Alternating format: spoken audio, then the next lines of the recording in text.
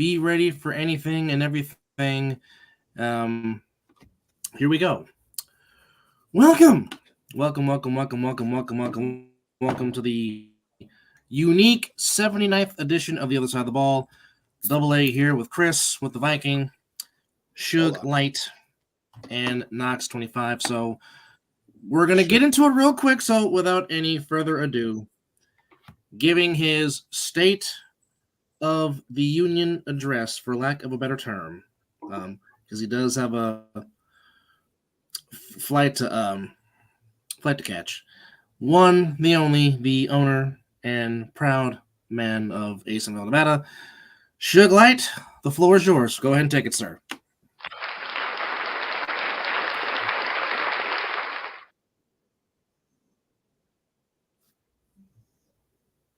Ta-da! That's the one thing about this. Derek, is he up and running?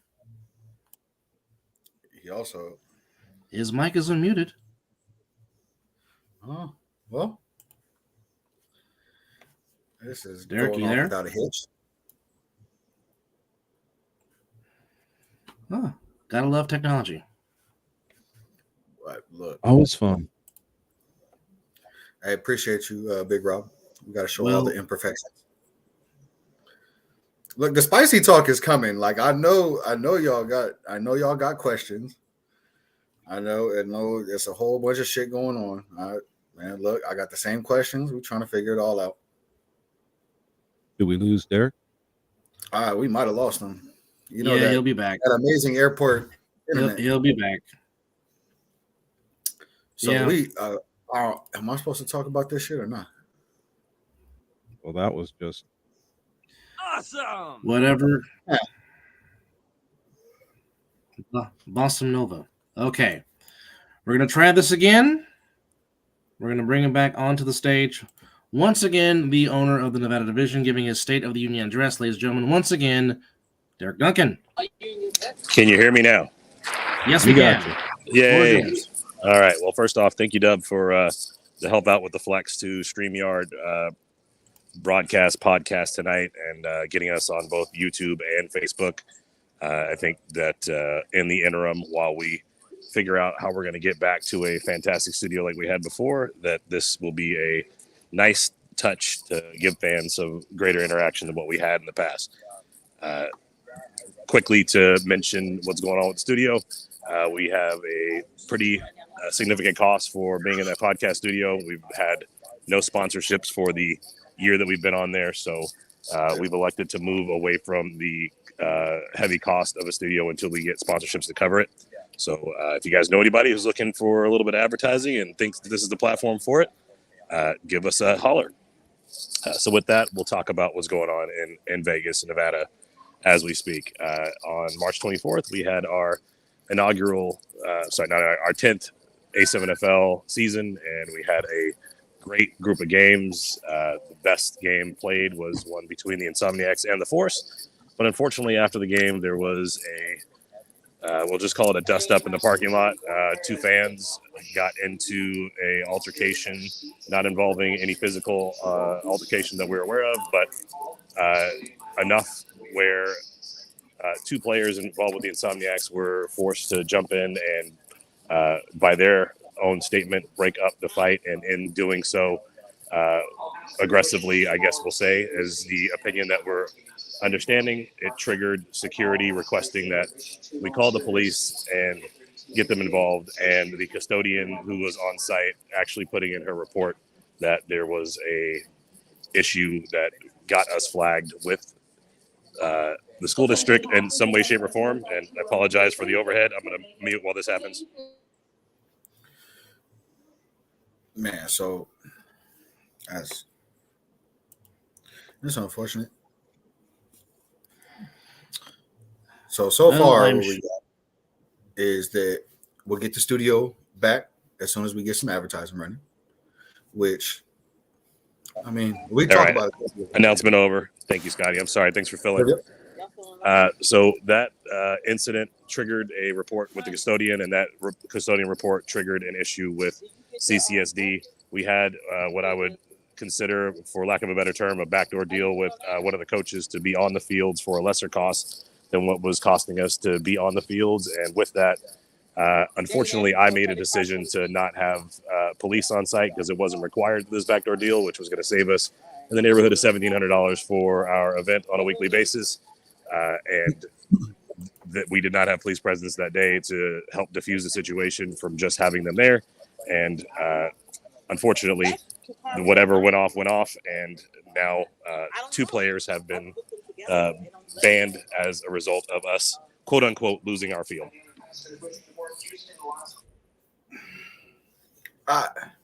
And this isn't, obviously, just for clarification's sake, this isn't a you thing. This is from far above and beyond your grasp of things, right? To be clear, there is a national policy that says any player involving with us losing our fields is automatically banned, life ban. I don't know that is a written policy. I've asked for that policy, but it is a known policy within division owners and people within our executive chats. Right. I'm struggling to come to terms with how they are even considered responsible for us losing the field, because they weren't even responsible for the altercation that ended up us losing the field. So I don't understand, and just for I really can't wrap my head around how, if they're not responsible for the altercation, they're not a part of the altercation. They are a part of the solution to said altercation, and the altercation is what led us to losing the field. So because they participated in the diffusion of a situation, then the league is deeming them responsible for that altercation? On the surface, when you put it that way, it sounds like a railroad of someone, but ultimately, because they were involved in the altercation in any capacity whatsoever, and it triggered the report from the custodian, they are named, and National has deemed it fit to move forward with the ban because of their involvement. Now, it was said by at least 2 people that are on our staff that the players who were involved were aggressive in the eyes of the custodian, and that is part of why the custodian made the recommendation. And whether we can get the custodian to reverse that, and if it will help remove a ban or not, it remains to be seen. I doubt that it will help, but it certainly wouldn't hurt. But that is currently where we stand, and the reasoning, as I understand it, why National has elected to levy the ban. So National's policy so being in a fight is a season suspension. Even being in a fight on the field is just a season suspension. But now breaking up, not even a fight, but an argument, diffusing an argument in the parking lot after all games were done, has now resulted in a permanent ban.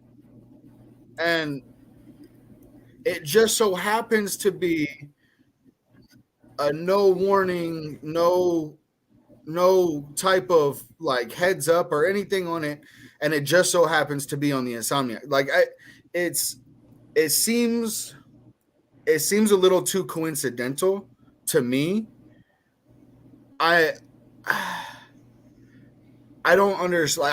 I'm just very confused. I understand that if they are in any way a part of the situation, but I think the way that rule was written was if they were involved in any way. Let's say they were hyping it up or instigating or anything like that. I believe that's the way it was written. So if we're just it's a super vague policy to go on to say any involvement, because technically by being a witness to something, you're involved in it. So does that mean everybody who bore witness to that is now also responsible for it? That's a definite no. So now we're picking and choosing. It seems like. But Scott, I mean, I'm taking the position of positioning myself to state the league policy, and I'm trying to help everyone understand the situation. So whether I agree with the nature of how this necessarily was done and enacted, I will reserve that commentary. But to take the position that I understand that the league has taken, it wasn't that they were just involved, it's that they were involved and aggressive in their involvement, and 2 staff members reported their involvement as being aggressive, and that is what is the part of it. But the custodian's visibility of it and it triggering them, with them being the people that were involved and their significant others, that this has not come into play, but I'm sure it will long term, that they likely also brought to the game were the people who were involved in the struggle and who needed to be broken up. I'm sure it has something to do with it. Man, that's a tough pill to swallow. That sucks. Like, because it just for everyone involved. Yeah, like it just seems like it's so like it just seems like it was written kind of vague on purpose, like because then it's a complete judgment call based on like the powers that be. Yeah, and let like, me jump in, because I agree with you, and I believe that it's written vague so that we do have an opportunity to remove a bad actor that would take place. Now, I'm not saying that those 2 that were involved are bad actors. I'm saying that by keeping the policy vague in that regard, it protects the league to remove anyone who they deem a bad actor, and allows them to potentially remove those people who might cause us harm moving forward, who have now been involved with something that triggered us losing a field. Man, man, it kind of feels like as like the players in question are being pencil whipped, and like I don't know necessarily how else to how to vocalize it properly. But in like a prison term, we're being pencil whipped, like where it's like it's written in such a way where like you could read it one way or you could read it another, and it's done like that to make it like really one-sided and biased. Like it's I understand what you're saying and the position that you have to take. And you're answering questions you're answering the questions or like the whatever from the league's point of view, and just from anybody who's not associated with the league directly, it's some fucking bullshit.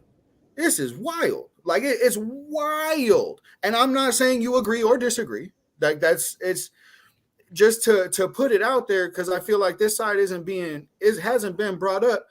It is very like who was banned, and the fact that they may or may not have abrasive personalities.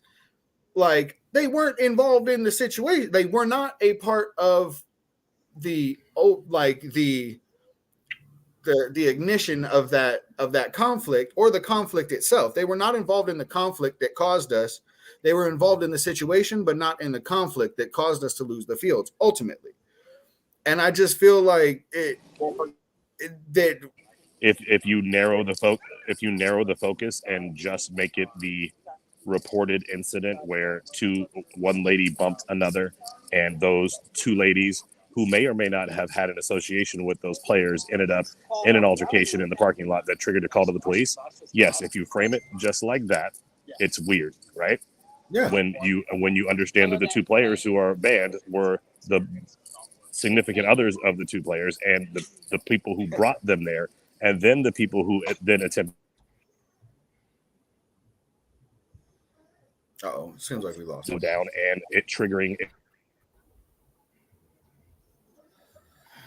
Stand by, folks. Derek is going through the airport, so stand by. Yep. That's the issue. Did you? Did you lose me? Yeah, we for a minute. For a little bit. Go ahead and continue. All right. What was the last thing you heard? We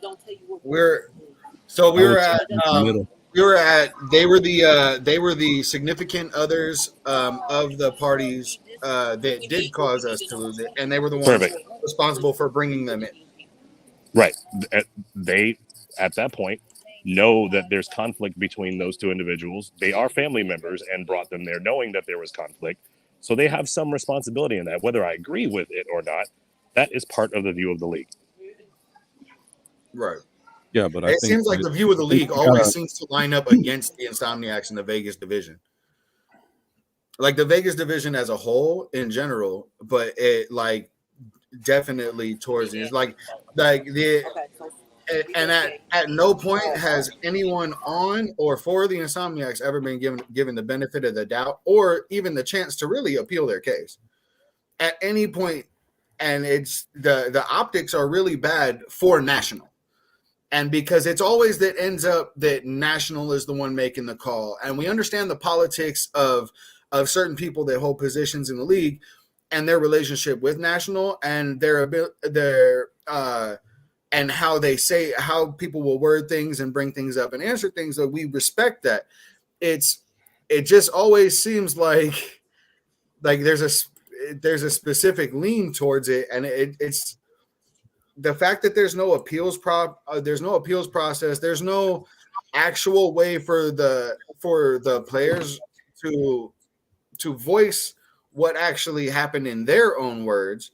It's super unfortunate. It's unfortunate that that National, knowing that this podcast is taking place, knowing that they pay attention to this podcast, because I've had words with National before about similar things involving the Insomniacs. So I don't know, the fact that they don't even have somebody here to talk about it.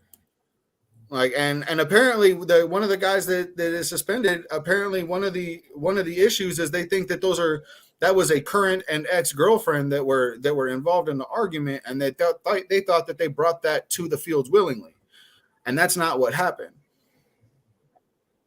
So I don't know what I don't necessarily like. I don't know the ins and outs of it. I just think that the optics of it are bad. It just seems like the players aren't getting a fair shot, and specifically the players for a specific team aren't getting a fair shot. And I would argue that every time that there has been an incident with players outside of the Insomniacs in the Vegas division, they've gotten equal treatment. I know that being an Insomniac faithful, that your emotions of this are a little higher than those who are outside the Insomniacs. But when other people have been involved with altercations, the consequences have also been swift. And within our division, of course, we have an appeal.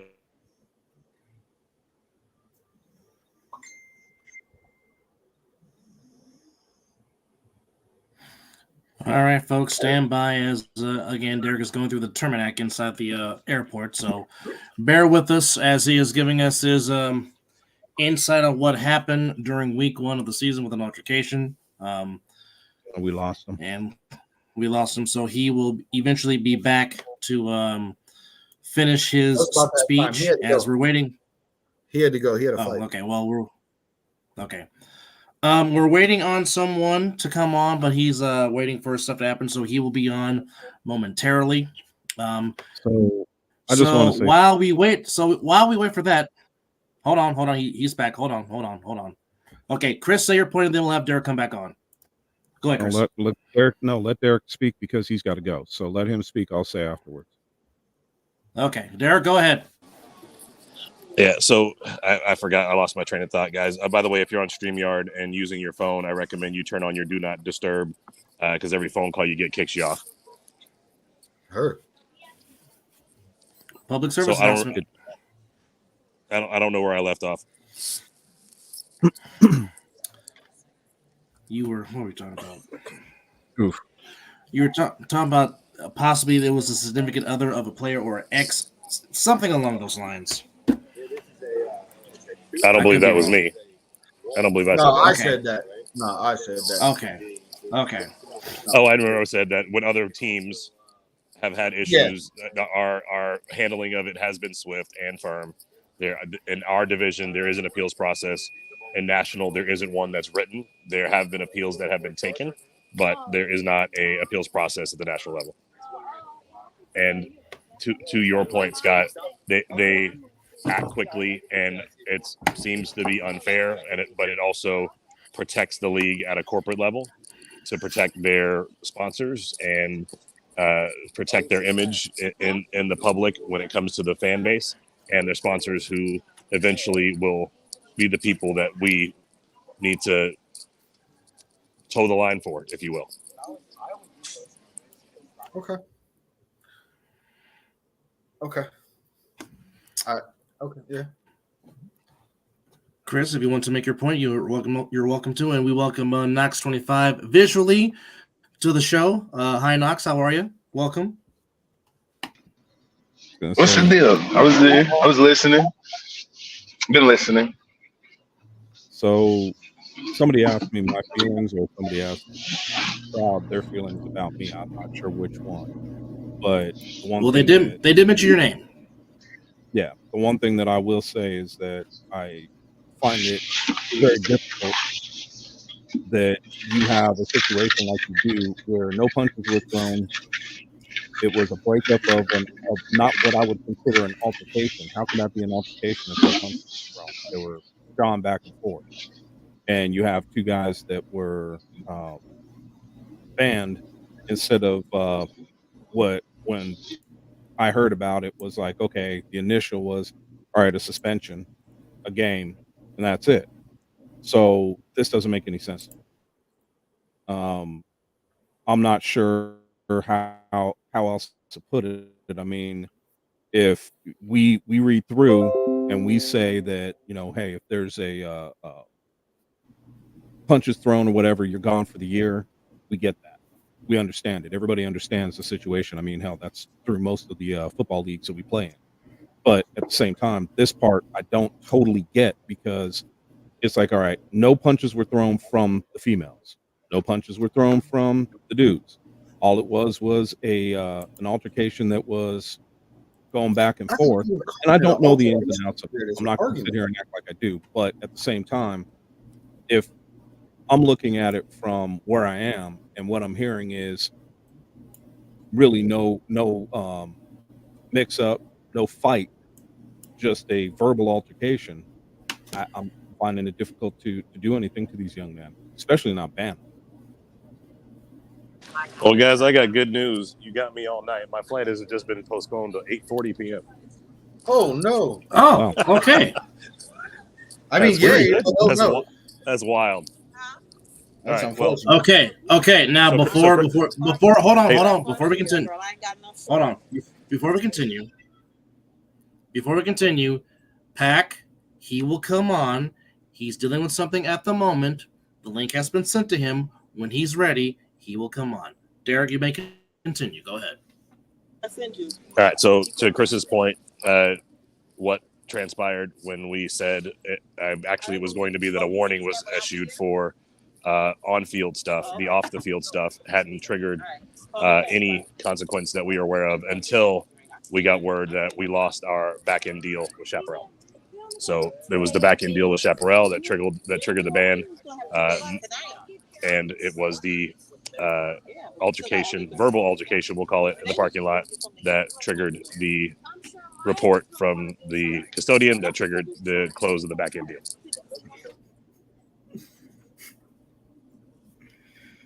Right. All right.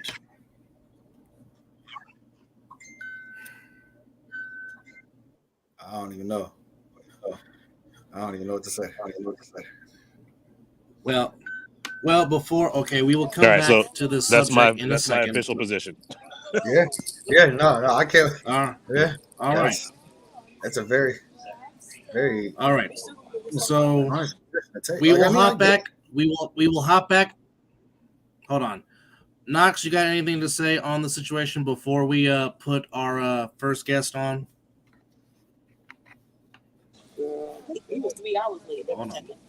And Knox is muted, and we told fans that their comments would be addressed from the chat while I was on. I'm going to be here for a while, so we can get to that later. But I just want to remind you guys that we told the fans that would happen. All right. All right. Go ahead, big man. Floor is yours. I don't know. It's a lot to touch on. I'm a lot to given touch the on. fact of, we'll say, the nature of the situation, like everyone keeps saying. What happened? I said I'm a lot to touch on. Oh shit! I mean, it's not a lot, but The Viking was being the Viking. Hey, it's yours. Oh baby. I'm confused. My bad. I'm looking at the comments. No, like I said though, it's tough. It's a tough situation to touch on, only because, like I said, the nature of who was involved, the nature of the extent of where it didn't go, right? We can also say the extent of where it could have went. But again, we also got to keep in mind that this is the 10th season, the 10th year. New fields, this is new to everyone. You know what I mean? Yeah, but and the fact that it's a business and it's a product, you got to learn how to separate it. Now, understanding if they're let's say the significant others of the players have been around each other. There haven't been any tension between the players. So clearly that was something that they either had acknowledgement of, but they had under control up until that day, or you never know. Like, you know what I mean? We don't know what goes on in anybody's personal life. You know what I'm saying? Unless they tell us. So it's unfortunate that it happened.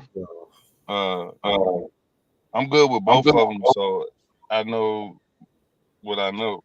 So the fact that the league took it to that extent, are they trying to prove a point? We don't know. Are we saying that they're being fair? I don't know. But it happened. I also told both of y'all, and I know y'all watching, I told y'all motherfuckers, get it under control. Get it under control before it got to the extent that it got, and it could have happened. But the emotions was high, so you let it play out the way you let it play out. Losing the fields is crazy, though. That's crazy. That's wild. But hey, you got to keep it real. Understand where we were at. You know what I'm saying? You got to understand where we were at. That means something. They're not used to that type of activity up there, we'll just say. You know what I'm saying? So to have all that going on in we'll just say even a residential neighborhood and all that good stuff, they look at things different as opposed to if we were playing at Bonanza or we were playing at any of the other schools. You know what I'm saying? It's yeah. That's all I got. Yeah.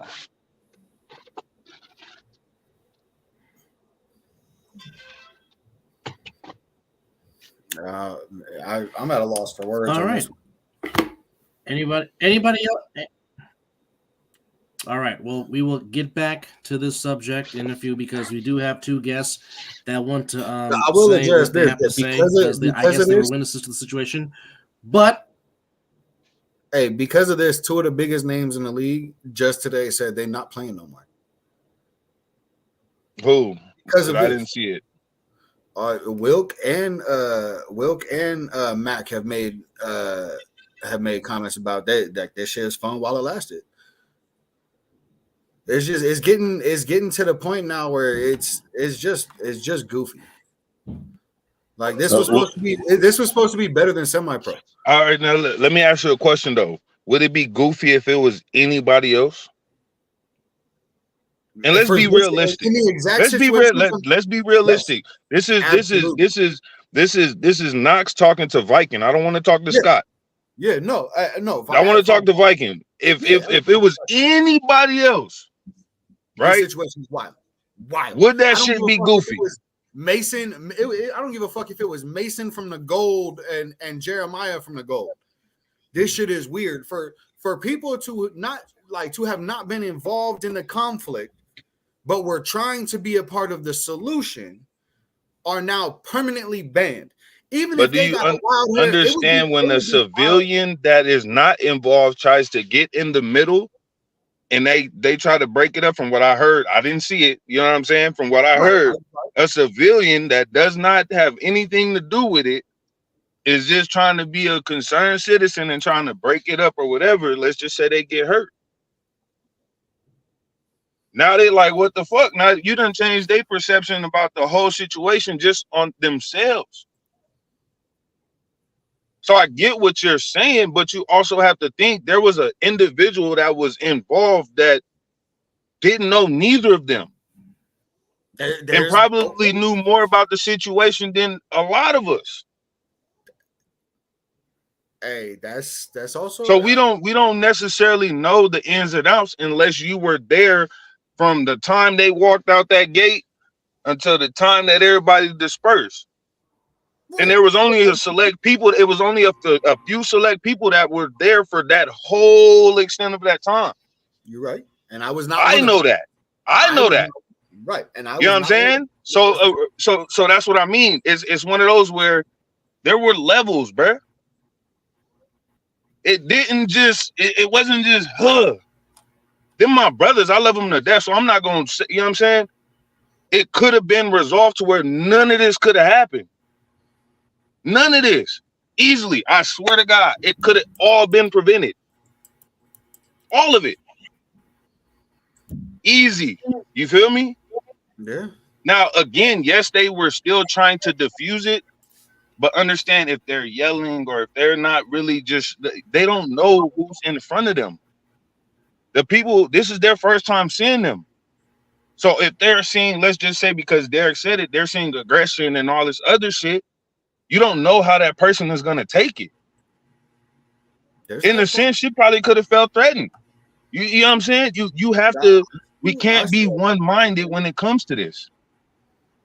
That's just in general. You know what I'm saying? You always got to think about the victim shit. You know what I'm saying?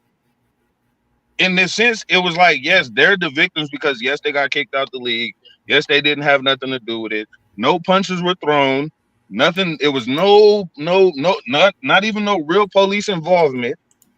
We can put all of that out there. Trust me, we can say that. You know what I'm saying? Yeah, but there has still been, like I said, there's this custodian that everybody keeps bringing up. So clearly, she's a key factor in this shit. Right. And no, and I hadn't even looked at it from her perspective. I'm not going to sit here and pretend like I have. I'm catching up. You know what I'm saying? Because I'll say with me, once I seen, hey, yo, let's chill. Let's chill. Let's disperse. Hey, go this way. Just like my brothers would do for me. Once I seen that wasn't it, I'm out of here. Excuse my N-word, but I'm out of here. Because like I said, it could have all been diffused. I think that's what they were trying to do. Was all right. Again, you wouldn't know that. You was in the booth. All right. I had left. True. I went to go get tacos. True. I was literally supposed to come back up, but then I had a thought, and then I was on the phone with wife, and I'm out of here. I mean, everything we heard is going to be, third party for sure.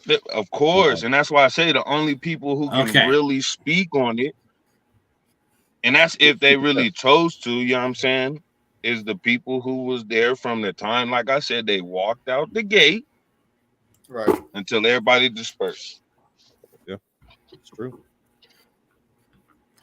We will get back to that subject, but let's get to our guest who has waited patiently through all this. He was scheduled to be on, so let's get him on here. it really is a family affair when it comes to him, his brothers, and for OTT. And basically was one of the stars for OTT during the fall, and it shined out again back in week 1. So, ladies and gentlemen, we bring in a Ramsey. Yes, a Ramsey is added to the stage. Ladies and gentlemen, Mr. Robert Ramsey Jr. is in the building. Mr. Ramsey, welcome. How are you? Thank you for coming on, sir. How are you? Oh man, I appreciate you guys having me for real. Man, this A7 been it's been a ball to me since I started. Definitely been fun to So watch. let me ask you this first question, for sure. So let me ask you this question: how does a band of brothers? So if I'm correct me, there's 5 of you guys, correct? It's 4 of us. I got a sister, but yeah, total of 5 Is of that the us. correct statement? 4. Okay. So Okay. the last game Okay. for fall ball, the one I was yelling, I sick with it. The one I was yelling, y'all think y'all was like y'all my girlfriend. No, that was my sister yelling at you guys. Mm-hmm. Yeah, so that was my support when y'all was going back and forth. Yeah, that was my sister. Okay. 4 brothers, and all of you right. play football So real quickly, Yeah. that's insane. and do it pretty well too.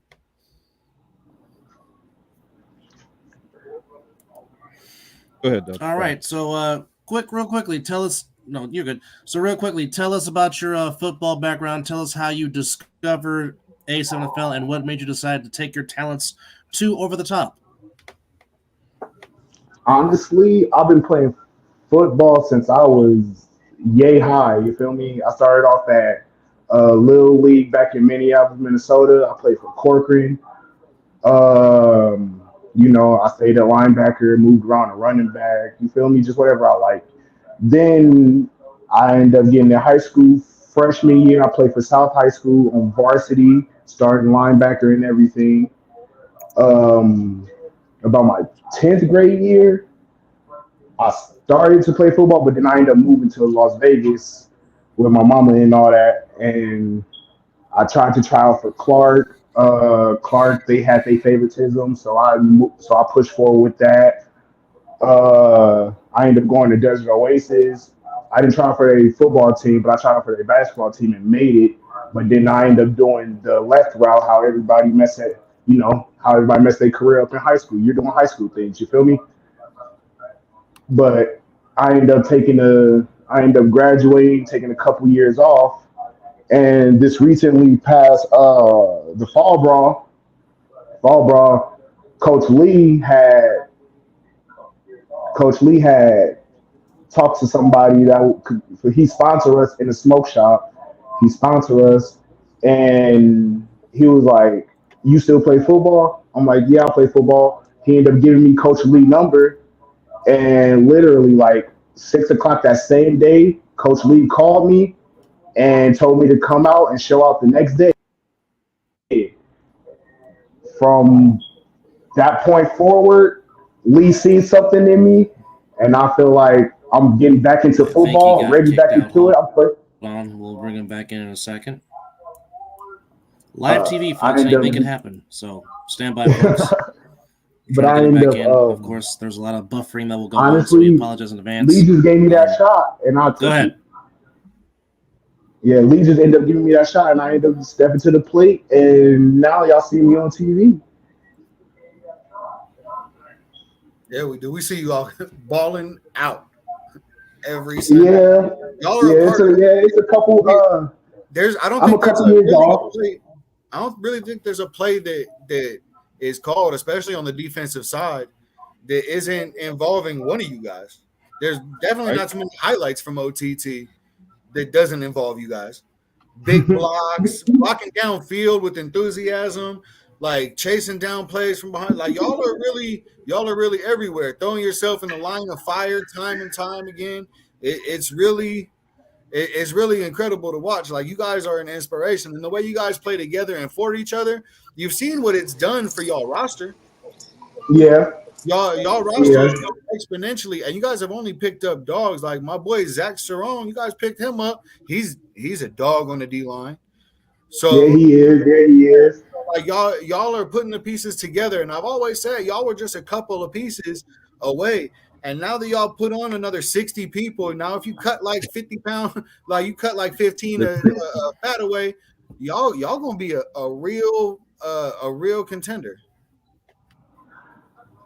And I believe so. Me personally, I believe so. The fall ball was just a little, you feel me, a little preseason getting off the couch, you feel me? But I believe that like last season, OTT said they was missing a couple pieces, and I feel like that I'm really brought them pieces to the team. So I really do give OTT wings up. Shout out to them for real. I really give OTT for really giving me my little shot and chances to show what I could do on the field. You showing it. That's for damn sure. You and your brother both showing it. Man, what I learned on defense for sure Let alone is coming. I know all 11 men supposed to be at that tackle. That's why you always see me in the picture. That's why I'm always right there because I believe that if one guy bounce out, here come the backup. Oh, now he's running through the whole team. You can't carry the whole team an extra 15 yards. So I'm just a safety and gotta, you feel me? I gotta get him down.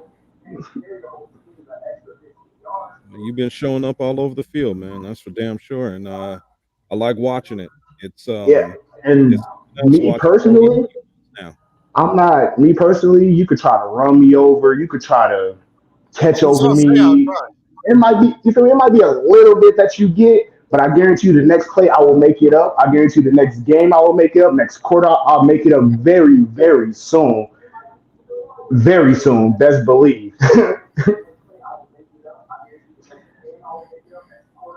Got you got something? Well, for sure.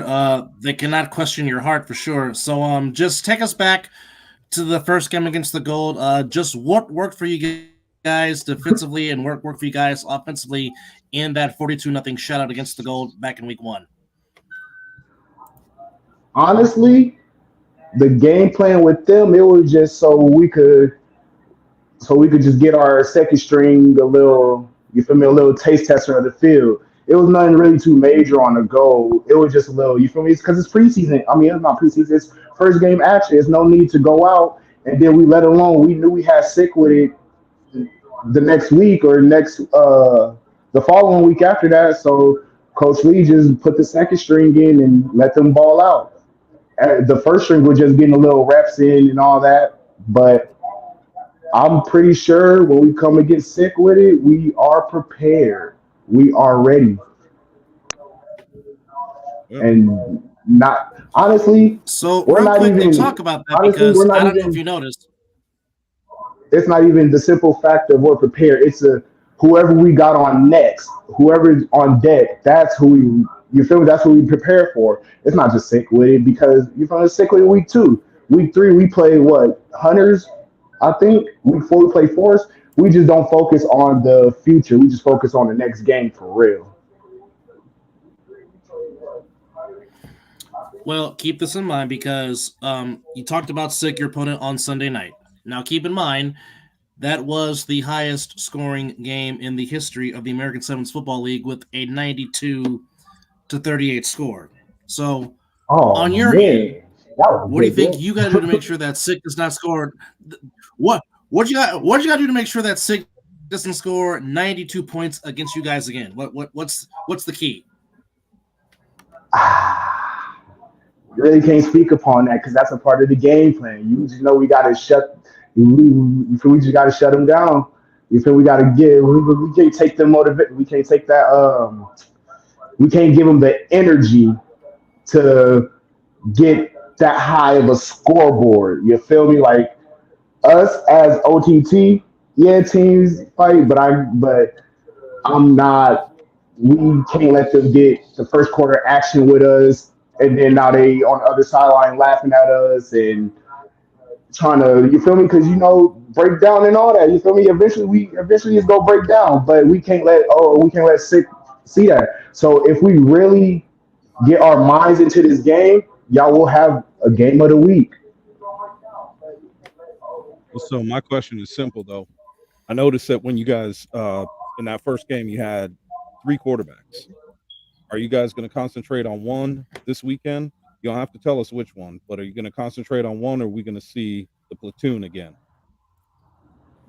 like I said, the week one we was just giving we were just giving the people they little reps in. You feel me? It wasn't nothing too major, but we do have the so you feel me? Like I ain't gonna say we got quarterback for this group, a quarterback for this group. You feel me? It's not like so we're not running all our players. It's like a real life rotation to so us having multiple quarterbacks. I feel like it's a good thing because that keeps other teams on their toes. We got a mobile quarterback. We got a quarterback with an arm. We got a quarterback that really gets the job done. You feel me? So it's like us throwing different pieces out there is going to keep every other team on their toes.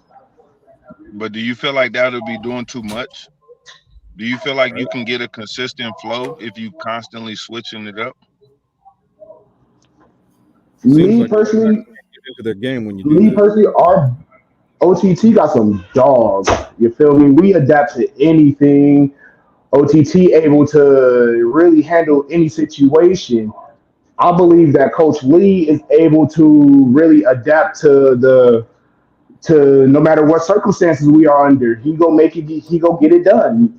And I believe whoever want to step up to the plate is going to, I believe, go come through for him just as much as he came through for everybody else. And James, I agree with you. I love you guys' heart and everything that you guys bring. I think that Oh what yeah, you man, it's big. have, Heart is big. it shows Uh, at another level. me personally, I fear nobody on the field. I will go head up with any running back. I'll if I gotta play deep because y'all see my main position is linebacker. But but like I said, if Coach Lee want me at DB, if Coach Lee want me at tight end, I will go in there and play my position, and I will get the job done.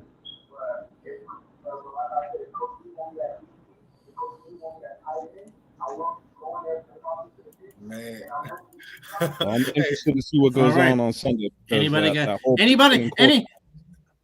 just kind of kills me. I want to see one quarterback play for at least a half. I want to see somebody get their feet underneath them and get their game going.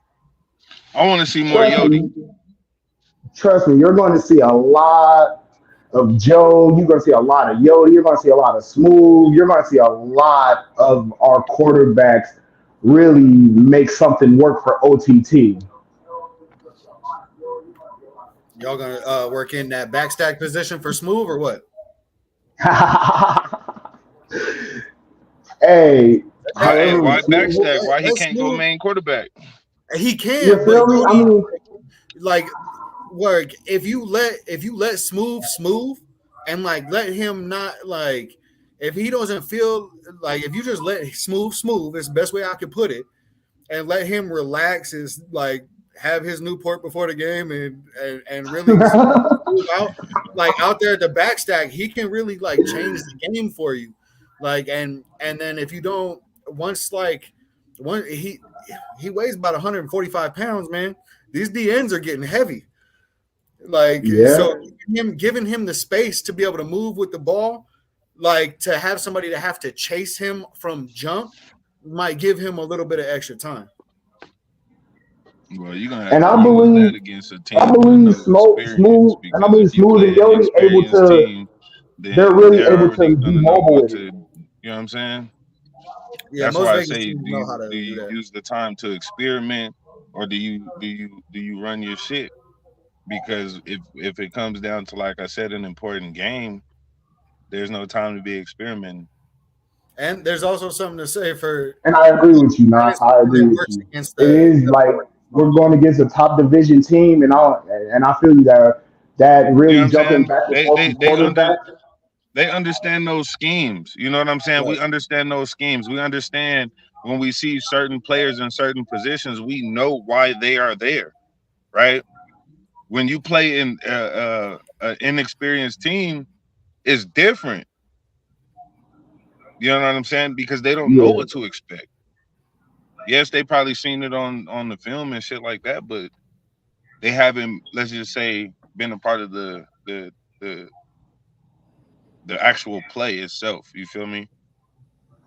So it's right. like understanding, like, yeah, we all know what they can do, but from a fan's point of view, we want to see we want to see them start the game off and finish the game off strong.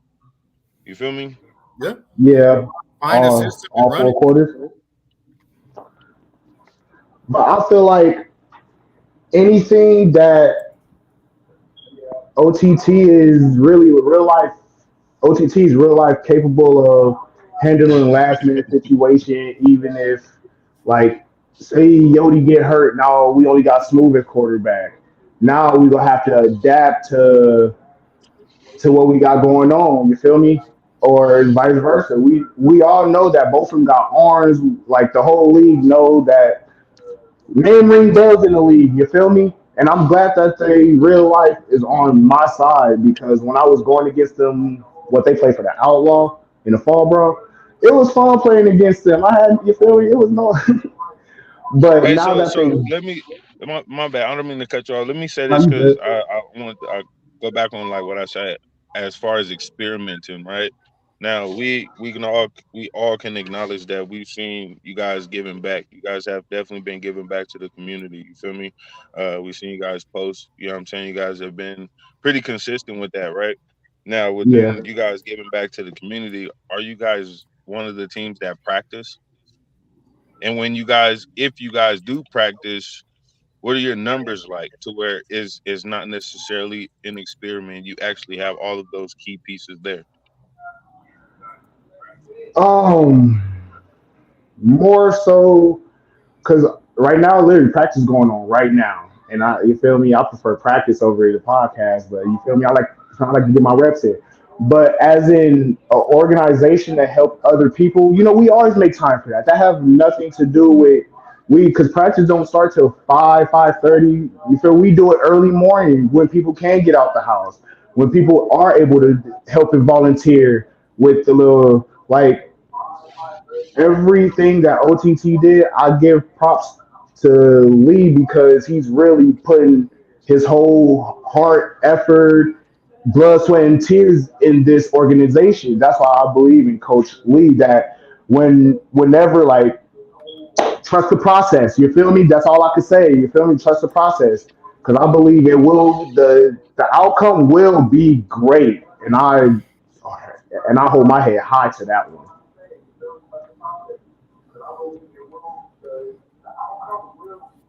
That's dope. All right. Well, Mr. Ramsey, this is the time to where the stage is yours to promote yourself. If people want to get a hold of you and get to know more about you, or you want to give Hey shout outs, Mason, somebody stage said is you yours. look like you could use a few meals. They need to feed your ass. Shit, My just bad. slide down. OTT take care of it. Just slide down here. We'll Oh volunteer. my. You feel me? We'll help you out. Yeah, Nah, feed Mason. but you could just honestly, because I'm really just starting this Instagram situation up ever since I started the A7. So Instagram is main buddy. My Facebook page is main buddy. I do go by buddy because I am a cool guy to chill around. You feel me? I'm friendly. You feel me? But when I'm on that field, my name is Robert Ramsey, and I have no problem with going against anybody. When I'm on the field, I mean business. All right. You will see him this Sunday in the game of the week time slot at 7 p.m., not 4, as OTT And takes I on thought it Sick was a 4 o'clock. rematch I would of have the been late for highest not even scoring showing up game. because I worked that day. So I'm glad that Well, that just got clear. We according to play at the 7 o'clock. schedule, it's 7 p.m. Yes. Okay. Okay. Well, normally OTT likes to be under the lights, but you can catch OTT under the lights 7 p.m. against Sick. Again, rematch of the highest scoring game in A7 history. But we appreciate the time, Mr. Ramsey. Floor is always open, doors always open. Come on anytime, and we appreciate the time. And best of luck and good health the rest of the season. Appreciate you guys for having me on. Shout out to OTT. Wings up, and we will see Sick with it this coming up Sunday. All right, there you go, Robert Ramsey from Over the Top, of course, taking on Sick with it this upcoming Sunday. Okay, Mr. Packer, your patience has been seen. So now we're going to get back to this situation because we have two people that want to come on and say their piece, and we're going to let them on. both from the Insomniacs. Ladies and gentlemen, we have Mr. Zelly Daniels. And, of course, whenever you need a play made on third or fourth down, you can always add number 11 to the forefront, of course. Eric Schufer Jr., better known as Fourth and Munchie. All right. Gentlemen, the floor is yours. Only thing I ask is one at a time. So whoever wants to speak first, go ahead. And then after that, the other person will speak. Munchie, do me a favor. If you're not Yes. speaking, mute because we could hear the wind blowing in your earpiece. All right, Mr. Daniels, floor is yours. Go ahead. And again, welcome to the show. Good. Thank you for allowing me on. When I heard about the situation that happened, for everyone that don't know, I'm a police officer for the school district. So when I got told that this transpired, about the ban and things like that, and about things that were being said that didn't make sense, I took it upon myself to call my dispatch, and I actually talked to the dispatcher who took the call that day. So I'm going to say that first. All right. Then I want to say, when it comes to people saying that you guys lost every CCSE field, that's false.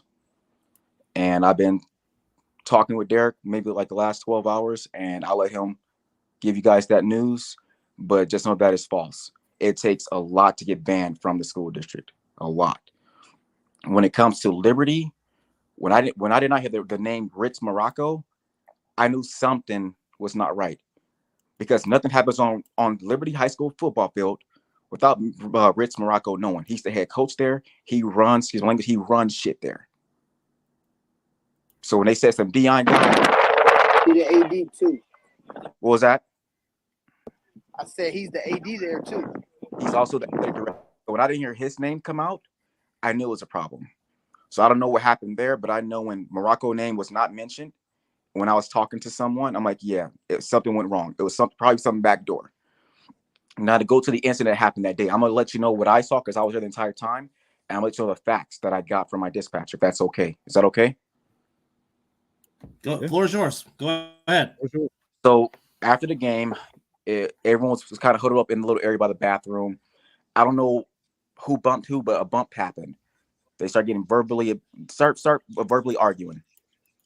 I heard someone was pregnant. I said, so I grabbed the person I thought was pregnant. Hey, you're not doing this. Sis, this is stupid. Let it go. Just drop it. It continued to get verbal, and then I looked at Packer. Say, Packer, like, can we do something? He's like, I'm trying. I said, well, if not, tell your girlfriend to take her jersey off, because she's wearing an Insomniac jersey, which he did say, give me that jersey. She took it off. It gets to the parking lot. Jimmy walks his girlfriend to his car. They're still verbally arguing as Jimmy's walking into the car. He gets in the car, shuts the door. Packer girlfriend was still mad, cursing. He walks her to his car. They're outside the car. She's still mad. You know, whatever the situation was, she was still mad. She was still yelling. From there, Miss Kelly walks out and was trying to demand people give her their names and information. She rubbed somebody wrong, and she got into a verbal confrontation with a lady that had nothing to do with any teams. And I know that because I saw that. I told the lady, because she's on the phone with her husband. Her husband, like, I'm coming up there. I said, hey, no, sir, everything is cool. Everything is calm. No need to come up. The lady went right back into, Miss Kelly went right back into the field. The lady that I was holding, she said she needs to, because I don't know that white bitch thinks she is trying to use her authority to get my information. That's exactly what happened. So I don't know if you guys knew about that, but Kelly did get into a verbal confrontation while she was out there. From that, so everybody dispersed. Nothing else happened. That was it. I spoke to someone higher. I spoke to Will Franklin yesterday, and he was telling me that dispatch was called and that the fields, A7 is banned from the fields. I said, okay, well, hold on. Let me call in my dispatcher. Call right back. Call my dispatcher. Just by the luck of the draw, the dispatcher answered the phone. It's the dispatcher that took that phone call. She said some guy named Sheldon Stout, Stioud, called her, saying that was a 417, which a 417 is a verbal confrontation, a verbal dispute. And my dispatcher asked, okay, do you need me to send officers? He said, no, we don't need officers. No one squared up. No one got each other faces. No punches were thrown. People dispersed. That was Sheldon's word to my dispatch. My dispatch response was, okay, well, if you need us, if it gets worse, call us. It was officers out there. Just so you guys know, anytime anyone calls in to dispatch, that whole conversation is recorded. Whatever's being said is typed in on a system. Okay, I want you guys to understand that. Then they were saying that Kelly mom had to get on the phone to calm dispatch down. That's what upset me. A routine call that my dispatch get, they don't need to be calmed down.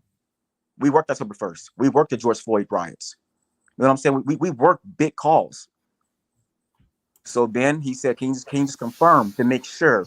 I said, yeah. I said, I know that's not true, but yes, I'll do that. I'll cross my T's and dot my I's. Call dispatch. Hey, was it at any conversation on this phone call that someone else got on the phone besides Sheldon? They said no. It was only him. Then my next point, they're saying that a custodian filed a complaint. Yes, but with the school, not with dispatch. And my thing is, if something is so serious, why did she wait till this Monday to turn in a report and not the following day? If it was that serious, if it was that egregious, why did she why did she turn that report right away? Why did she wait till Monday? My question is, what Will say to you when you told him about this? He wanted the facts. He says, "Give me the facts." And him and I, we had a great conversation. You know, he asked me what was my thoughts of it. I said, you know, I don't know. I don't know what it should be. I said, I think all-time ban is not fair. He said, well, you know, this player, you know, he got kicked out of an all-star game. He got interception. He flipped off the other team. Okay. You can, and I told him, I said, you cannot punish a player for his actions in another league. You know, from an all-star game.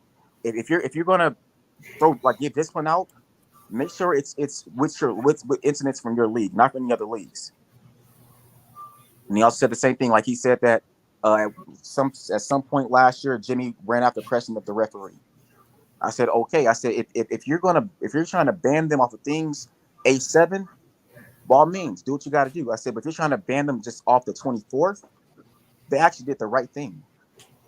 They de-escalated the situation. Could they have controlled what their girlfriends are saying? Possibly. I don't know.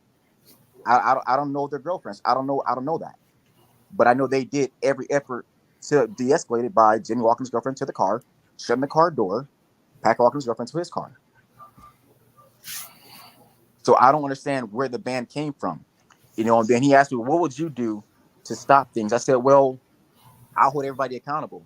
I said, if a player gets in trouble on the field, that player should be fined, and whatever team that player plays for should be fined because that player is attached to that team.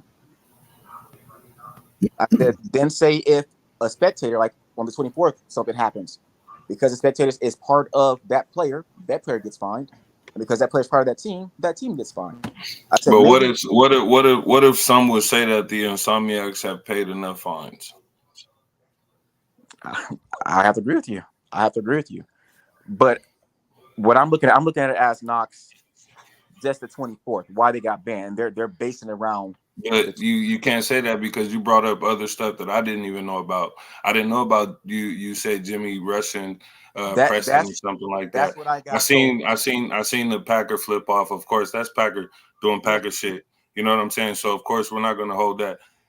But saying all that to say, again, wouldn't you say? And this is me speaking from not a player, but again from a viewer, and from somebody just being on the panel, you feel me? Yep. Wouldn't you say the attention has been there enough? As in its intention, as in what, big dog? Meaning you guys win championships, but you guys have also had prior events that have happened.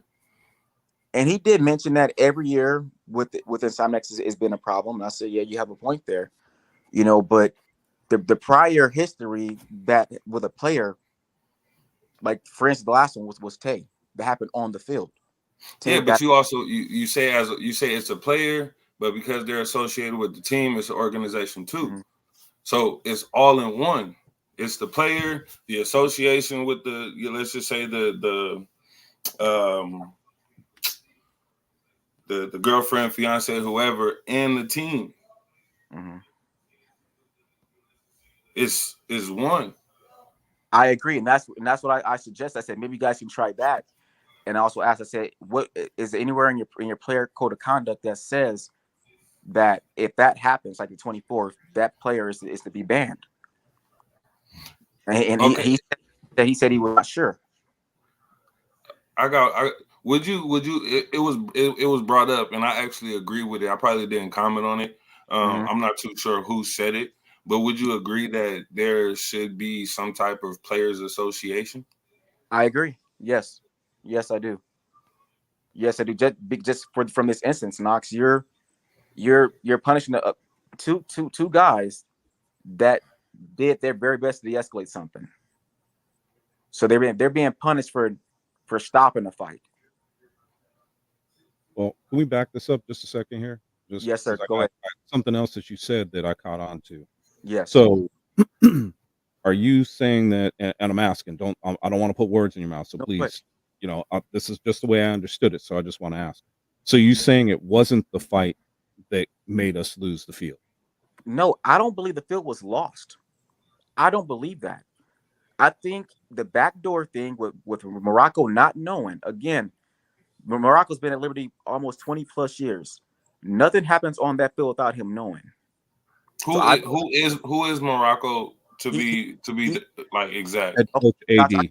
He's the head football coach there, and he's also the head director as well. So when they said, go ahead. Hold on. If for a minute, and this is what I'm trying to get to. If the field isn't lost, and the ban was because the field was lost, you see where I'm going with this? Yes, and I told him. How can you ban the players if the field isn't lost? I agree. They were saying that A7 is banned from every CCSD school. That's not true.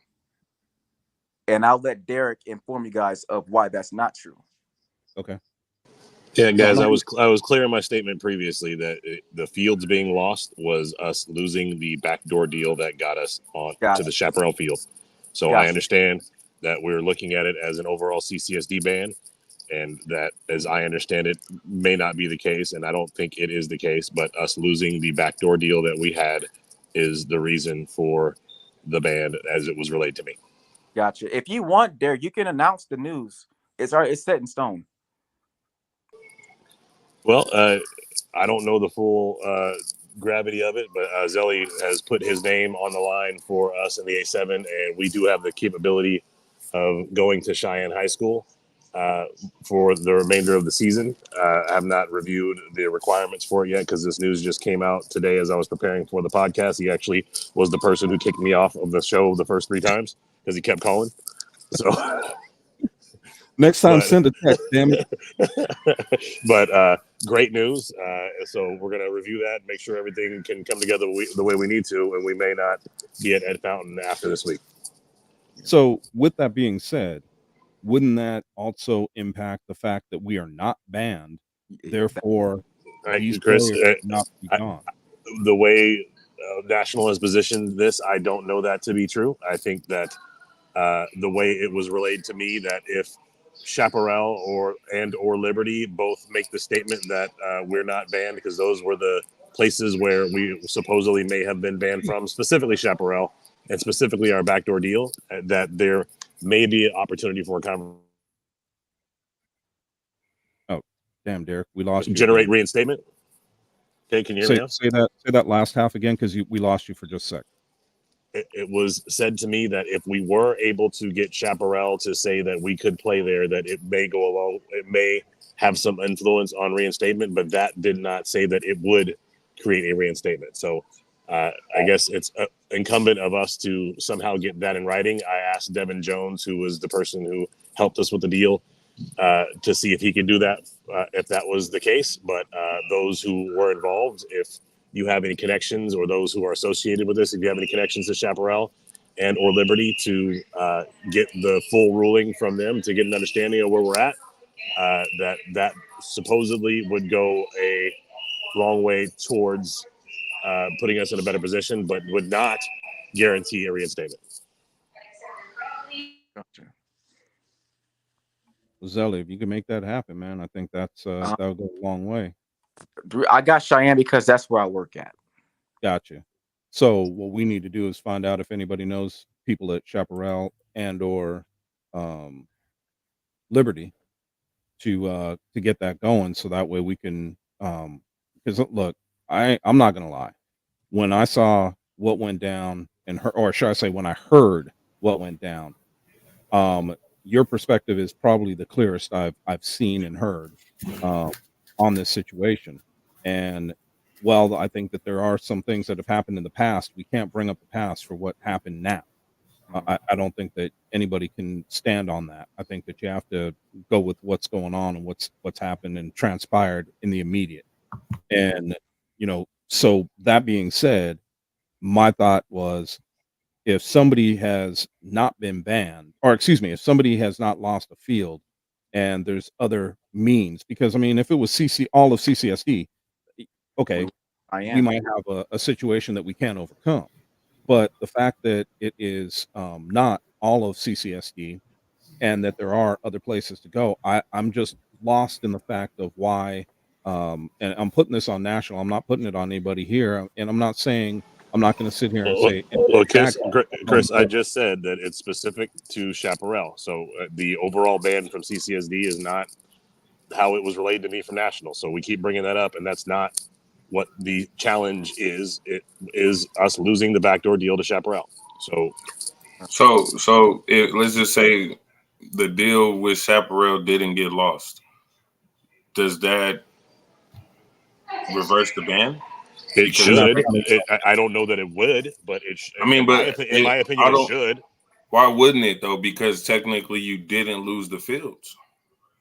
Exactly. So I mean, I promise you, if that was the point, that I will. I promise you, if that were the point, and we did not lose the backdoor deal to Chaparral, we were still able to do that with the original arrangement, I 100% would die on that sword.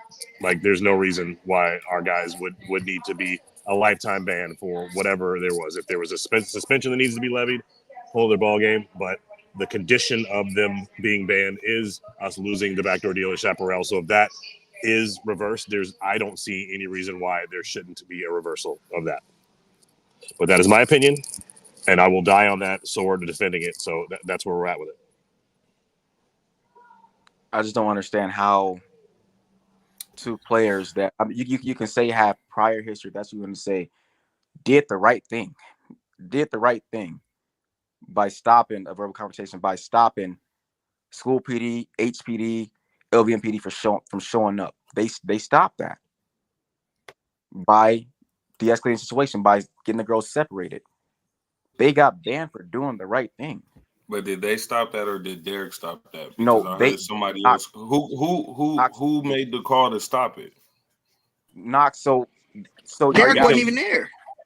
No, but I'm saying, like I said, correct me if I'm wrong. I'm asking if the security guard who was on the phone with the police told the police officer dispatch that the situation had been diffused. This is how it was relayed to me by Casey, that the situation had been diffused and they did not need to come out. They did not need to come out and handle the situation.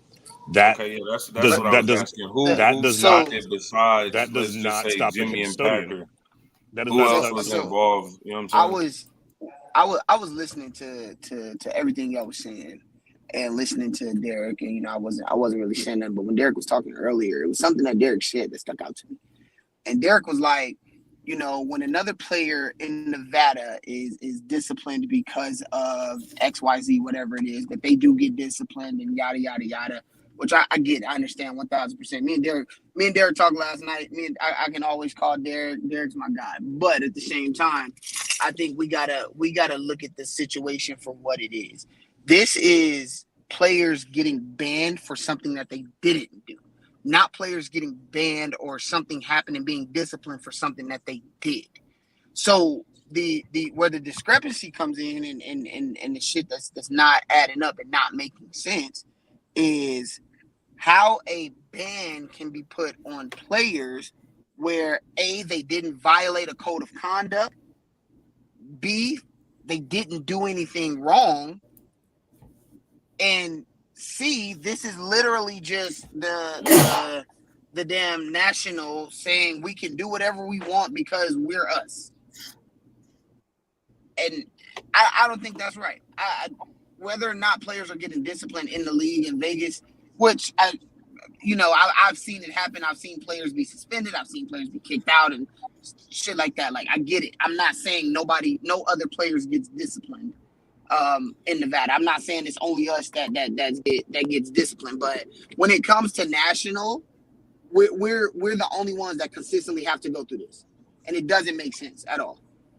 It doesn't make sense at all. We went through and read the player code of conduct from the contract that we signed when we signed up to play, and there was nothing in the code of conduct that stated that this is warranted.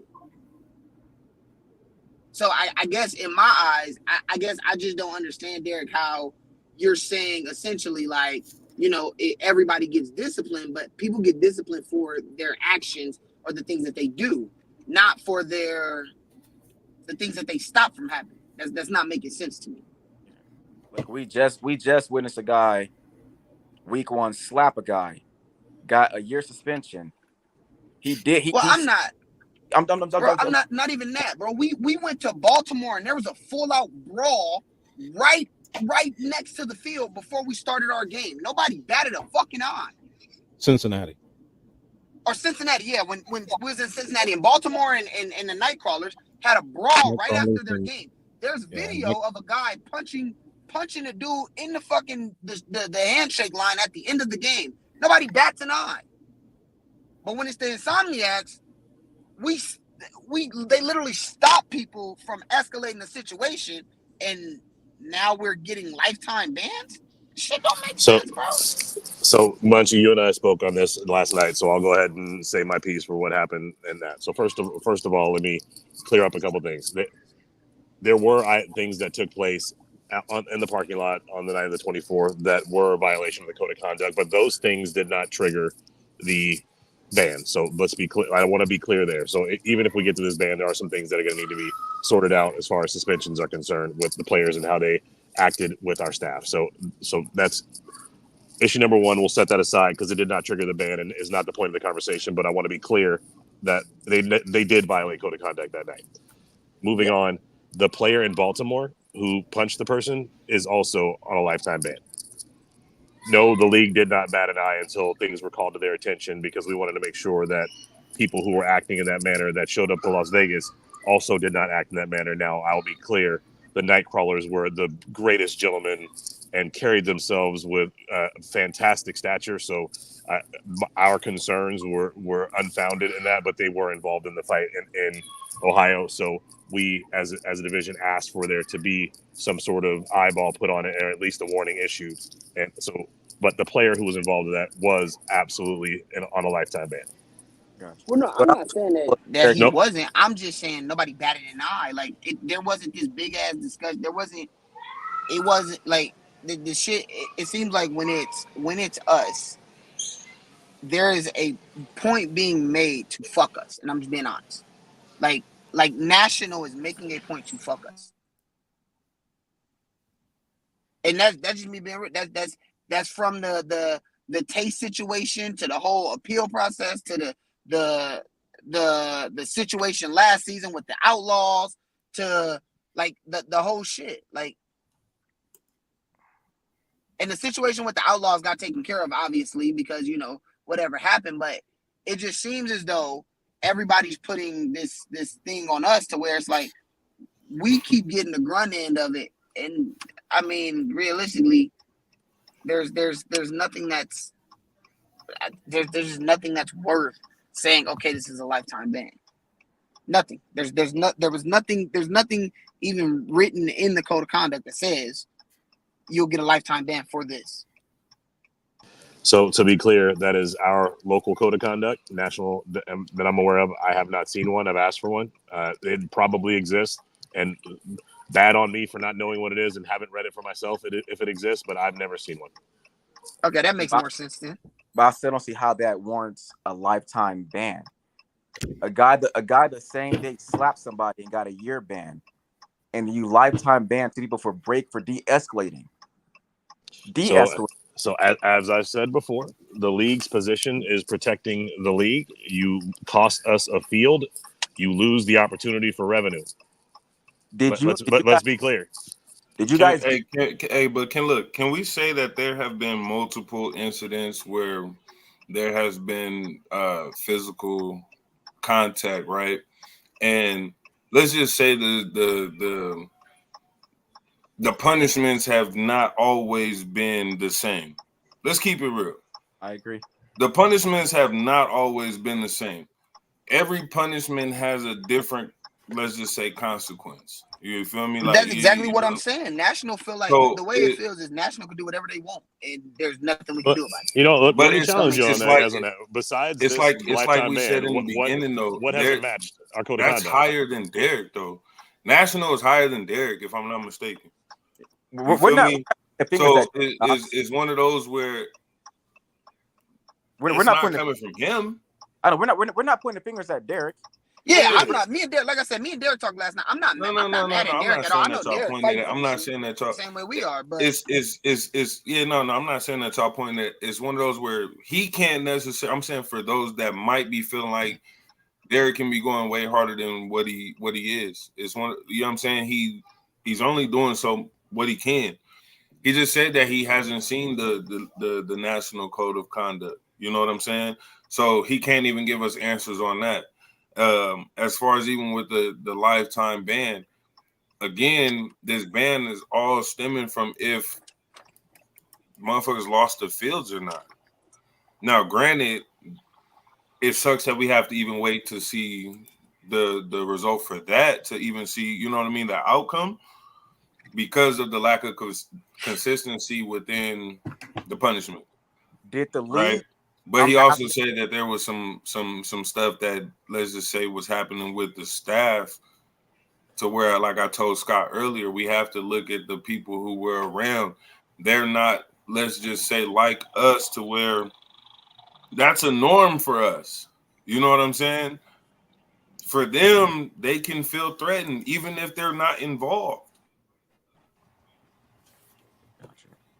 And Zelly, you know what I'm saying? You deal with that. You deal with that type of shit on the daily. Yeah, you know what I mean? So it's one of those, like, we can always view our points, but in some way, shape, or form, we also have to think and be rational with thinking like, yo, there was probably she was probably a Karen. But I'm gonna be real, Knox. But it was in the mix and was like, oh shit. Let me call the police. People are wielding power, bro. Like, it's a barbecue. Let me call the police. Like, people are trying to wield power that realistically they don't or they shouldn't have. And I think that's a part of also the issue. Like, we gotta, like, we somebody must have called them. His beer got in the way of his. We'll get Munch back on in a second. Stop it. Was there any rule? Not rules. Was there any paperwork, any email sent to Derek, Chris, or National that said, "Hey, the A7FL Nevada is banned from Liberty High School"? Was that paperwork? Did they receive any paperwork or any email saying that? I have not seen it, but full disclosure, I have not been in my email for A7FL for the last couple of days. I've been entirely busy dealing with this through chat primarily. Can we speak on, if allowed, can we speak on who because Zelly said that there was somebody who really is the person that we should have been in contact with, right? So can we say who got in contact with whoever to even get No. Zelly already said, or Derek already said it. Derek said, you know, he was working with the guy. What do you say, Devin Jones or whatever it is? You know, which Derek has said that's, you know, the guy that he went to get the fields or whatever. But like y'all gotta understand, we coach in the city. Like we've been coaching in the city for years.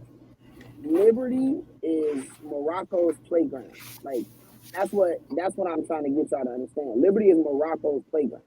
Morocco don't allow nothing to go down at Liberty on that football field without either his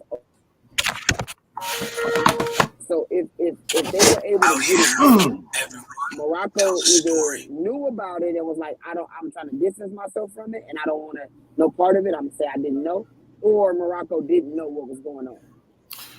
Hey, Derek, if you can, check the group chat. I will. Thanks.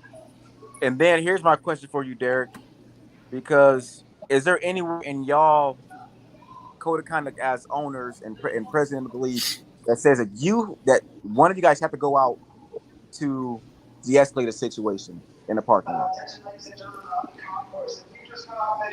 I'm sorry. The question was: is there anything in our code of conduct that requires our staff to go into the parking lot to defuse the situation? Yes. No, definitely not. We have no code of conduct for our staff that has been written. Now, after this whole thing has happened, I do believe that that's something that I need to explore and potentially get behind and get in writing. We've been operating, on good faith and doing things that we feel is right. And quite frankly, we probably should have done a better job in that regard. There's a lot of things that I've done that I admit have not been the best. I'm not perfect. I try to do things as best to my ability, but I've made mistakes as well. So we don't have those policies in place, and it's something that we need to have. Yeah, I don't. Derek, again, bro. I'm not coming at you. It's never me coming at you because, like I said, you my guy. I think a part of the problem is that there are people in place who are, because there is no, I won't say power structure. Like there's a hierarchy in the A7FL Nevada, obviously, but people think that they can do and say certain things because they're in certain positions. Telling players, I'm gonna suspend you if you don't get out the white is nuts, bro. Like, let's be real. That all that is somebody trying to wield their power because of their position. Like, come on. Like, what are we doing here? Now I get it. It's a rule, absolutely. The refs should throw a flag, absolutely. But telling somebody they're gonna get suspended if they don't get out the white, that's a big thing. And so I think what's happening is people are abusing their power. And I said that to go back to Zelly's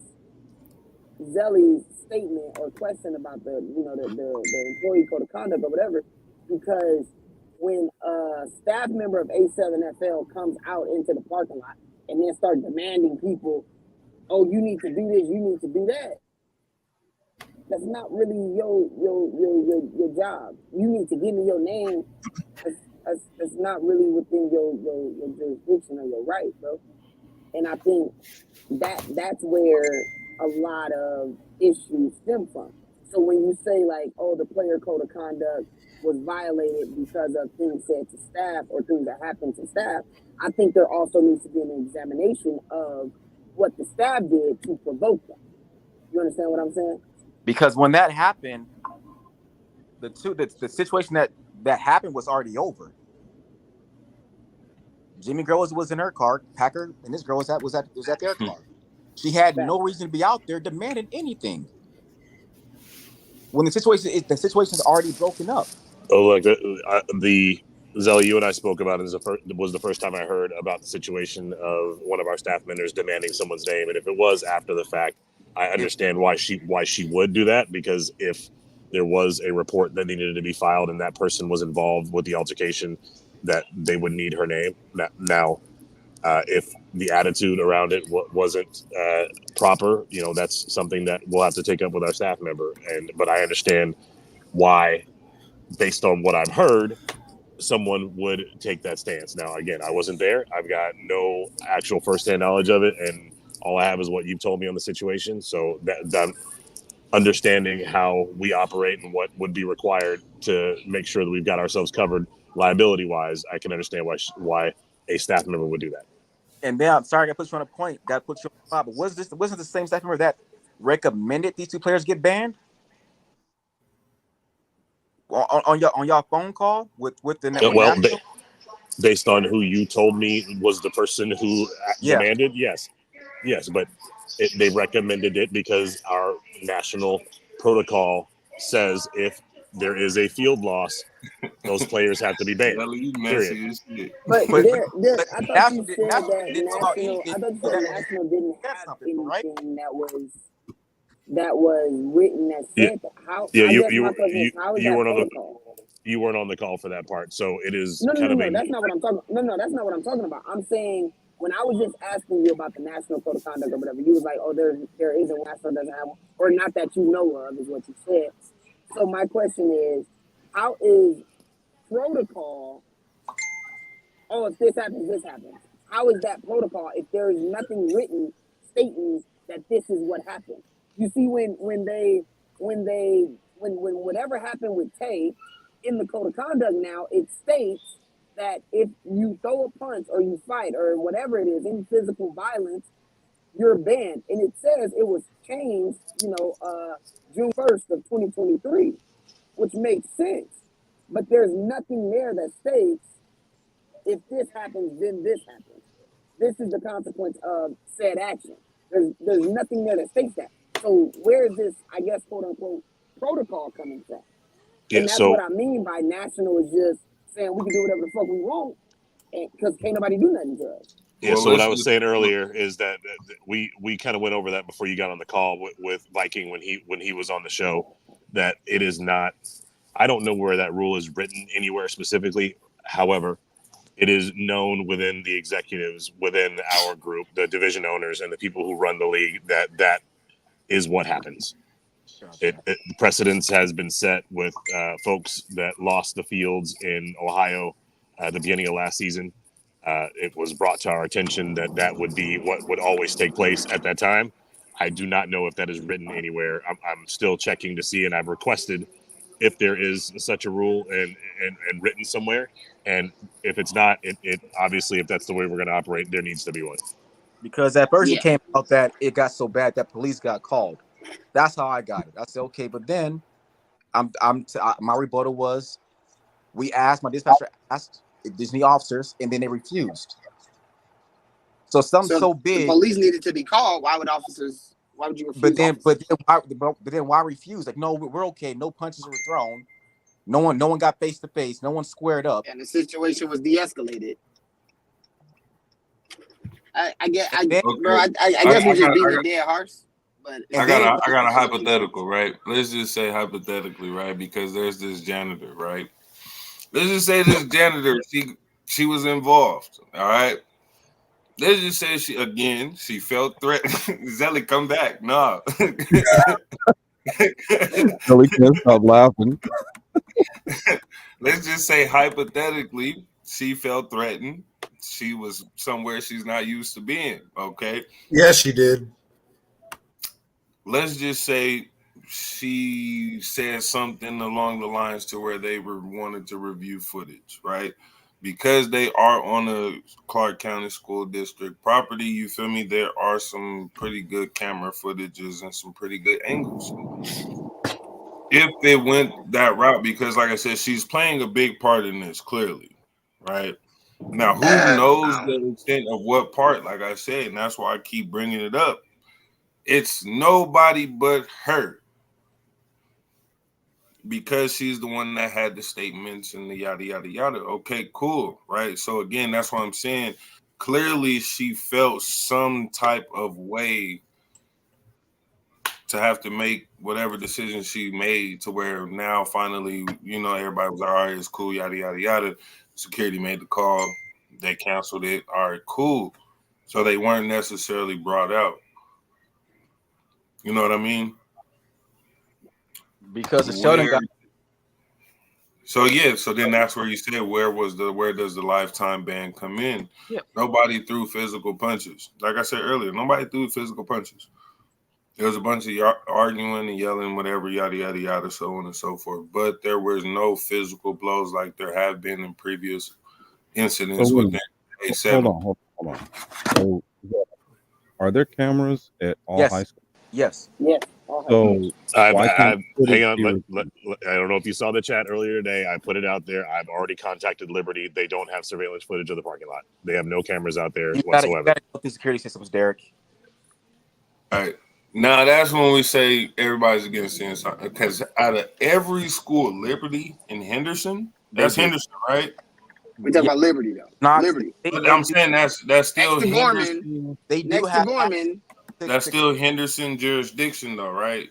They have access to cameras, but they cannot allow the public to view those cameras. We're not the public. There was police involved. In a There was sense, a staff and an employee involved. but my thing is, we never got involved because we got canceled. So we never showed up. Police never showed up. I don't know if you know.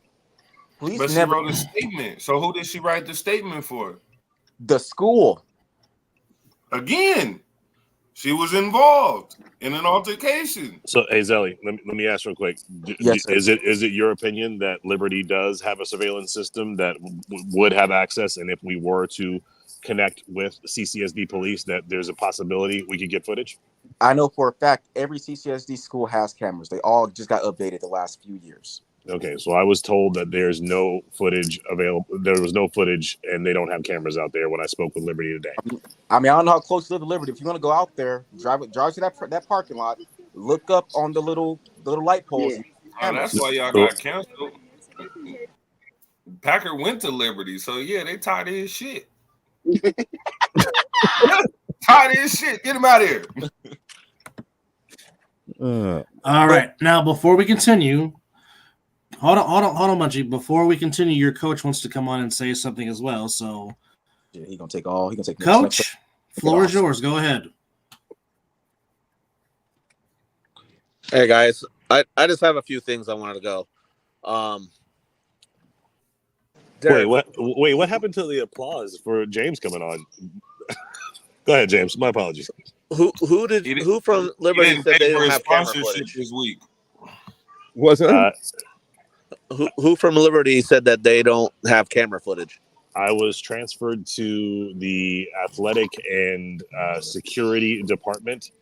Left them a message, and I got a call back from a lady. I'm not 100% her name, and I don't want to misspeak, but I believe she was from that department. And you know me, I'm ultra professional, and asked very nicely and said that there was an incident in the parking lot, and we're trying to make sure we can confirm who was involved, so we can make sure that something like this doesn't happen again. And you know, asked in the most professional way I possibly could, and she said that unfortunately that footage just does not exist. Well, this is all I got to say. Like, if Packer and them are doing something against code of conduct, suspend their asses. My whole thing is, I just feel like they're getting pinned for the loss of field, which we are quickly did to replace and make sure that we made it right. But the thing about it is they just de-escalated stuff. And like Knox said, you know, should they have had him out there? Probably not. So that's on me. You know, if we're going to suspend someone, suspend me because I run the team. Let's quit fucking going after guys just because they have a bad reputation. Like, don't get me wrong. Packer's a fucking knucklehead. But at the end of the day, him and Jimmy didn't do anything wrong in a sense where they should be permanently banned. If you're going to fucking take it out on someone, tell National to suspend me because it's my team or mine and Stevie's team, and I run the day-to-day operations with Jason and everybody else. So, you know, take it out on me. Don't fucking take it out on two guys that were trying to do the right thing and not fucking having anything escalate anymore in the parking lot. It's complete bullshit. And, you know, I had a talk with Will. You know, I like Will when we talk because we can have, you know, adult conversations.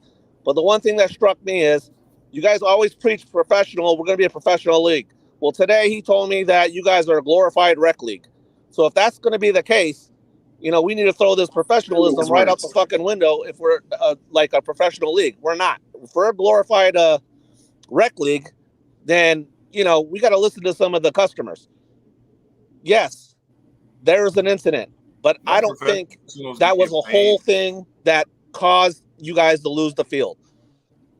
But hey, there's three sides to every story. One side that says that it didn't happen, the other side it does, and then the truth. I appreciate you guys letting me talk, but if you're gonna punish someone, punish me for some games, but don't give them a lifetime ban because it's bullshit. Thank you, Coach. Heard, All James, right. and I appreciate that position. I will certainly bring that to National's attention. Again, there's no guarantee that any action will be taken, but I will certainly make your concerns known and report back to you. And then it's like they're saying that y'all was banned from Liberty. Where's the proof? And if it is proof, why don't Derek know? Isn't Derek not the president over the A7 FL Nevada division? I am not. What if the ban is coming from, let's just say, this backdoor deal that happened? It would have still been something in writing. Yeah. But even still, if it was a backdoor, even if it was a backdoor deal, flagged. If they got banned, whether it was a backdoor deal or not, they would have written like, "Hey, you're banned," because the backdoor deal has nothing to do with what actually happens. Like we was actually on the field playing. So, but wouldn't the backdoor deal have to do with the person who, let's just say, connected you guys to the fields? That's what I would think. That's what I would think. But if that's the case, then maybe he got banned too. Who knows? I don't know. That's what I'm saying. None of this shit makes I mean, sense. we're only a couple days in. You know what I'm saying? So we can't really. What you mean we only a couple days? Bro, this was a whole week and a half ago.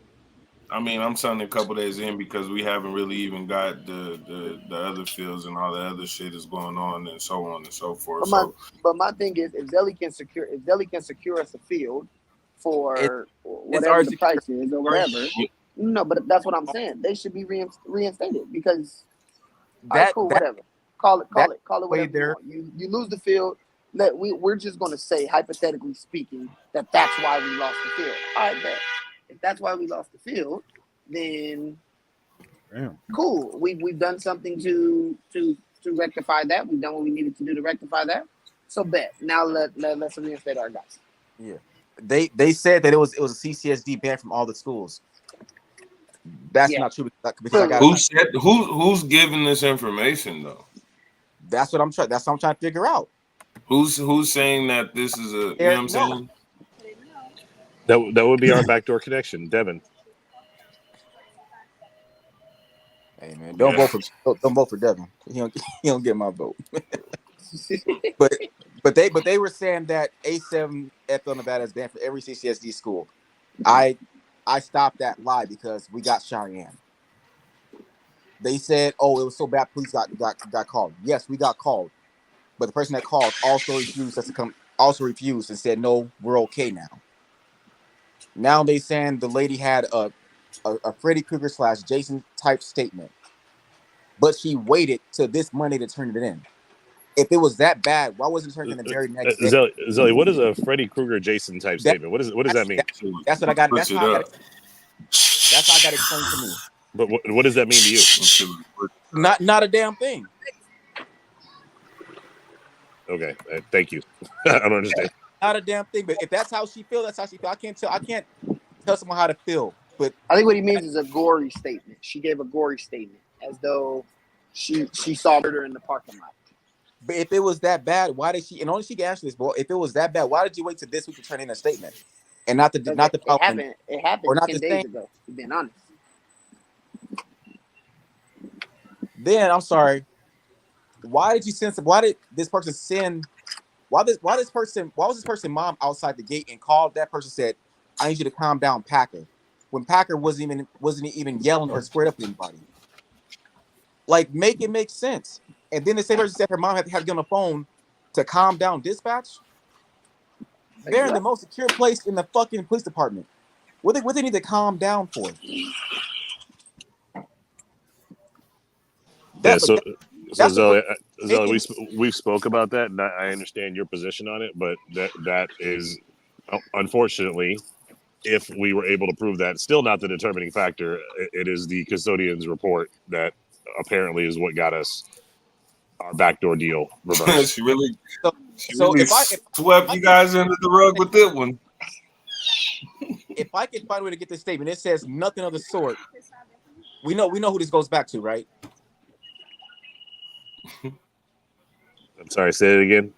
If I can get this statement legally, so I don't lose my job. Yeah, of course you want to get it legally.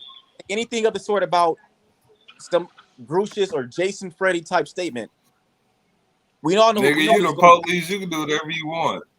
Hey, I got the rights. I don't got the rights for everything. I don't got the rights for everything. But then again, if it was that bad, why did you send it into the school? Not to the police, to the school. So that's why I asked. Okay, Look, well, here's this letter. Zelly, you and Zelly, I'm gonna Munch, keep it real. Of the folks on this call, you and Munch are the only people who might know what the CCSD protocol is for a custodian working a third-party event. I don't know what report they're supposed to fill out when the event's over, or if it's a requirement, or if it's an incident report that they fill out. So if something like that is protocol and it exists and you can get access to it, I'm sure it would help our situation. So is that the only thing that's kind of stopping If everything he from can moving get a forward? dispatch call, he can get that. The homie got the transcript. Listen, y'all. Man, Hey, why I'ma hop people off this bringing call, up Diddy but on the I'm fucking trying chat? to tell you. yo, we got. Hey, I'm just Derek. The only thing I'm gonna say before I go, bro, is a lot of talk has been about how we're trying to transition to a professional league, yada yada yada, and I get that.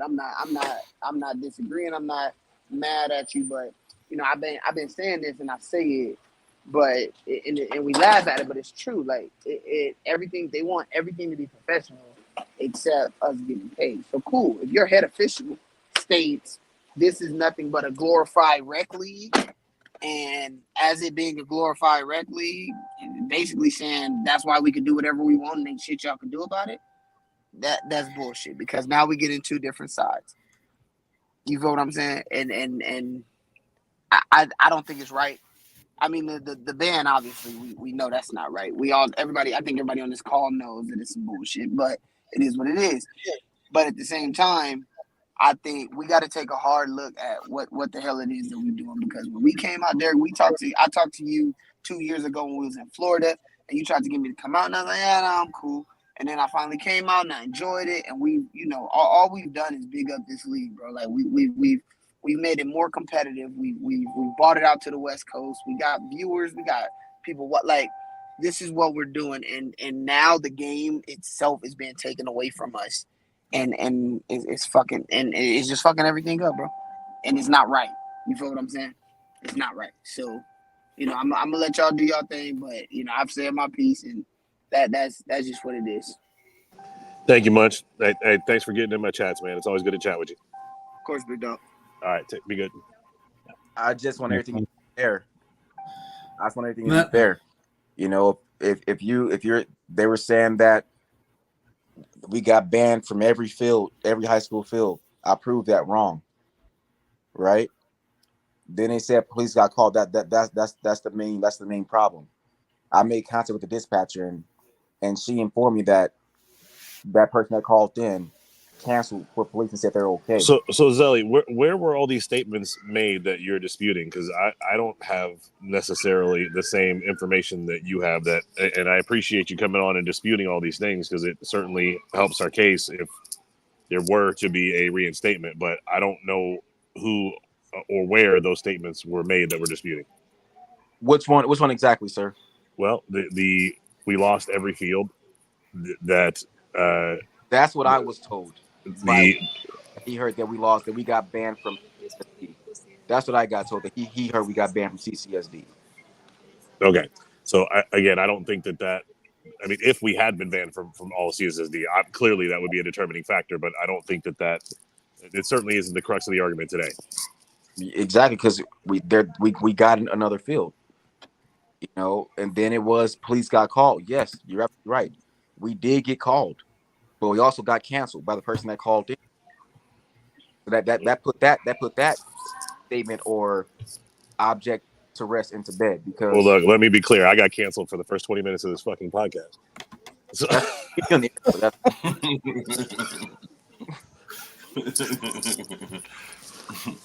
But those everything that I'm saying. Hey, Derek, I got a question though.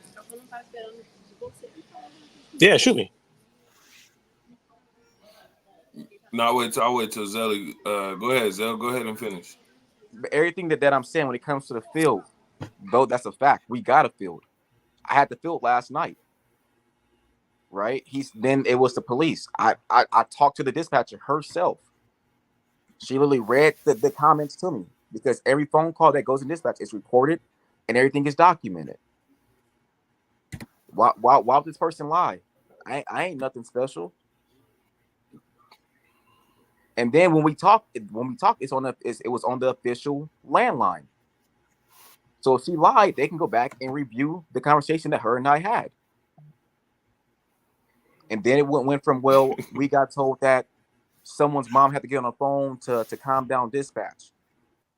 I knew that was bullshit from the very beginning, because that's a routine call that we get every day. But I say, you know what?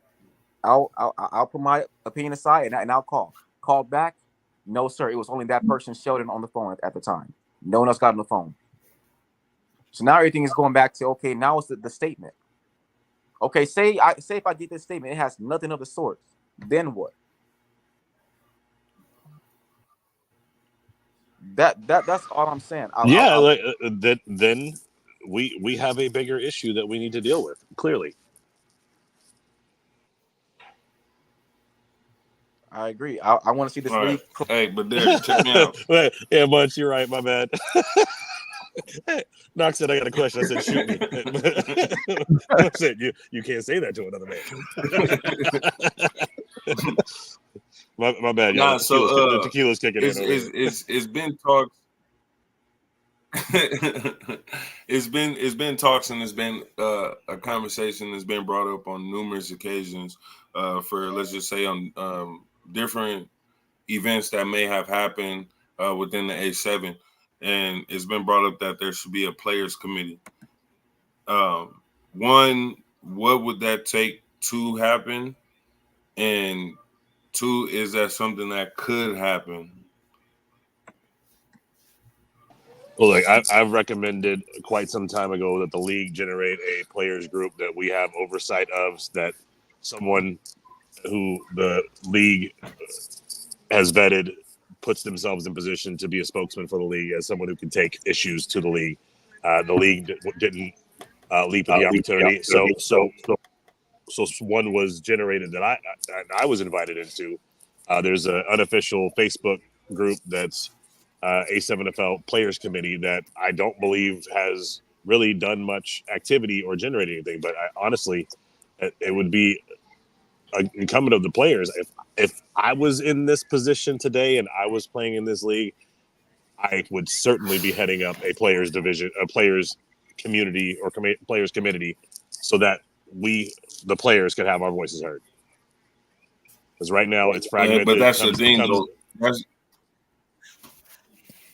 Yeah, so let me just say, so right now it's fragmented. That's all right. Right now it's fragmented. It comes from 90 different people, and usually not the person who can get the point across most eloquently. Now, when you got people like Munchie and James who step up, they clearly have experience with Will specifically and with other people in the league, and we know how to talk to each other. But as far as communicating with the overall national, they are reliant on me to bring their message to them, except for in rare occasions where they've been able to talk to Will direct or someone else direct. Now, if there was a player committee that was formed and there was a spokesman for player committee and that person had the best interest of the players at heart and knew how to talk to these folks, that I think that would have a lot more weight than guys calling up on their own and asking questions, right? Because they're going to have to take that player committee chairperson or spokesman a hell of a lot more serious than 15 people calling about the same issue and having their own agenda.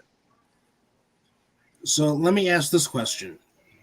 Who in National specifically has the say to reverse this decision should it come to that? Who is that person? Does anybody know who that person is? The person who signed off on the ban is the owner, Ryan DePaul. Okay.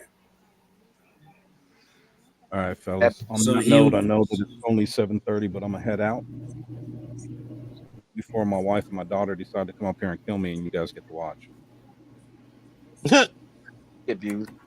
Well, thank you for hanging out late night with us, Chris, on this late night edition of The Other Side of the Ball. We appreciate it. Yeah, late night after dark. Thanks, man. Appreciate it. Good to know the knowledge. wanted to hear what really happened firsthand. So I appreciate you talking about it. Well, thank you, I will Mr. see you. Panelist. All right. Mr. Knox, Dub. Catch us on the other side. No pun intended.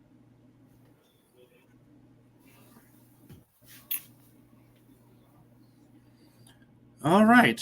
So far we have learned a lot of this situation that took place back during week one, and obviously a lot of people in the fans or a lot of people in the chat are speaking very passionately about how they want the two players that were wrongfully accused and wrongfully banned to be freed. Obviously, this will not be the end of this particular situation, but according to Mr. Daniels, there is a field that shall be played on starting in week 3, although this week for week 2, it will be at Ed Fountain Park. You can still catch us on Caffeine and ASML.tv, as we do have 4 games on the schedule. Hopefully, God willing, we will have 4 games. Who knows what might happen, but the 4 games that are scheduled for week 2 are at 11 o'clock, the Insomniacs and Hunters, 1:30 at the Force. At 1:30, the Force and the Gold. At 4 o'clock, the Pit Bosses and the Kryptonite. And as mentioned earlier in the nightcap on the Game of the Week, actually, it is a rematch of the highest scoring game that our panelist, Mr. Knox, took part in last season when Sickwood had put up 92 to OTT's 38. So those are the games on schedule, but most of the panel has left because we were going to go into predictions. And Well, then let me my start. other guest is not. Let me start with some wild shit that I just figured out. So Nationals actually flexed OTT versus Sick into the game of the week. Our initial schedule did not have them in that position. Oh, okay. All right. They see what OTT did last week. I mean, OTT and Sick are both box office, so it makes sense that they would flex them there, and I don't blame it. Mm-hmm. So we get game of the week under the lights even at 7 p.m. Which, I mean, we might as well just call it Sunday night OTT because it just seems like OTT is always under the lights, if you will. Now, Derek, let me ask you this question. Was that if it's game of the week, it would not be 7 o'clock. It would be 4 o'clock our time. So it'd be 7 o'clock national. So I got pushed up to 4. Okay. No, our game of the week is is always the 4 o'clock game. All right. And Packer, I don't think Ryan DePaul will ever come on this podcast again after he got filleted the one time he was on here. So correct. Okay, you wrote him personally. So the nightcap will be the Pit Bosses and the Kryptonite in the 7 slot, and OTT and Sick in the 4 o'clock slot. Okay. That's what I'm seeing on while Derek is still waiting to get on the flight. Yeah, right. You can hear it on the over at the airport. So I looked it up on asmnfl.com. It looks like the game of the week, the 4 o'clock game is Sick versus OTT, and then the 7 o'clock game is Pit Bosses and Kryptonite. All right. That's gonna be a good one. So, yeah. Well, hopefully the Pit Bosses will have uniforms that we can see on TV because that was hard to read in week 1. So, no, not the Kryptonite. I'm talking about the Pit Bosses. 15 yards. Yeah, that's what he said. He said that the league is penalizing them 15 yards. Mm-hmm. Who's that? Well, we learned. Who's getting penalized 15 yards? I missed that. Eric said that you guys were penalizing the Pit. Eric said that you guys were penalizing the Pit Bosses 15 yards. I'm not sure for what, however consecutive, whatever, because their jerseys aren't done per the league. Well, so that was last week specifically because they came out and not pre-approved league jerseys. We gave them instructions on what jerseys to wear. They showed up in different jerseys that were also white, and they were playing against a Sick-witted team that was in white. And was not what we approved. So that's the reason that they were penalized. And we told them at the beginning of the game, like, look, you're out of uniform. By all rights, SIC could ask you to forfeit, or it could have you forfeit. We went to Mark Gray and asked him if he wanted them to forfeit. He said no, but they should get some sort of penalty. And we all agreed that a 15-yard penalty at the start of each quarter that they weren't in the right uniforms was a good enough penalty. Oh, Diplomacy. Yeah, well, that's a better. Yeah. But, as opposed to what was put out there we'll say an emotional post. You know what I'm saying? Where people are telling the one side of what the penalty is and not the whole side. So yeah, that makes more sense. Yeah. So I had some spare jerseys that were left over from previous jamborees where teams didn't have their uniforms together, and I gave them to Coach Q and said, "Hey, either come out in the greens or come out in the purples for that game." And they flexed and got some better jerseys than what I gave them. So kudos to them for that. But they did not communicate to us that was being done, and clearly it was going to be a bad look for TV with white on white. Yeah.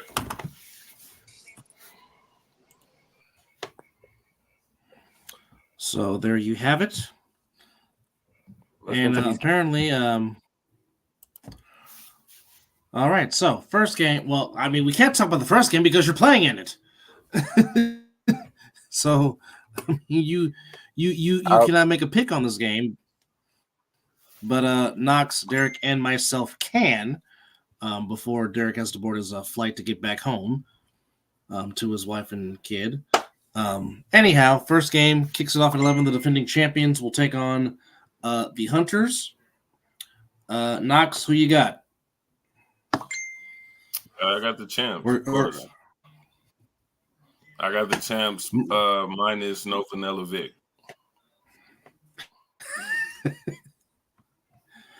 All right. Do you have a score? Definitely in the over. It's going to be over. I think they might even fuck around and set the new record. Really? Score more than 92? Really?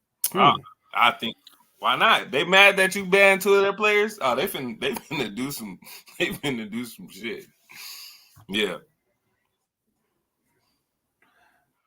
All right. Well, there you go. So, Mr. Only Dads has the Insomniacs unleashing some passion.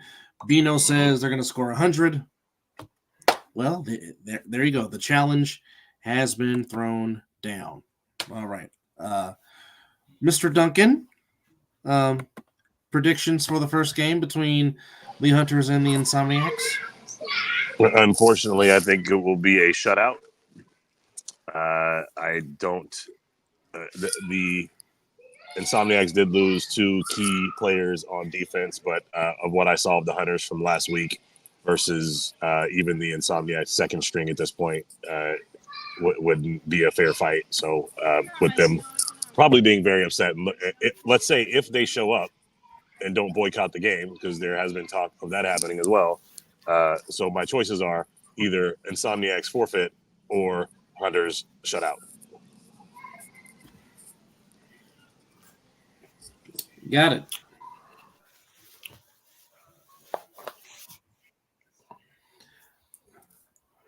Josh, it was 86, not 80, not 96. You guys shut out the gold 86-0, not 96.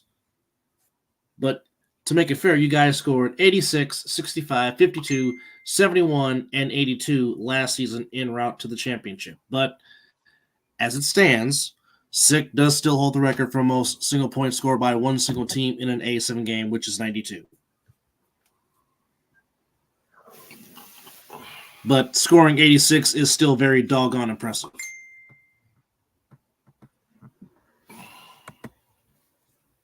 But by the way, to answer everyone else's question, I do have the champs doing what they do best. You're good, Josh. You're good, bro. You're good.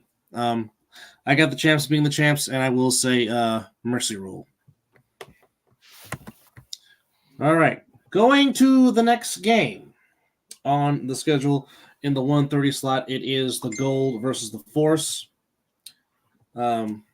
Mr. Daniels, since we're not talking about the team that you're playing, nor you can lead off this one between the goal and the force. Who you got?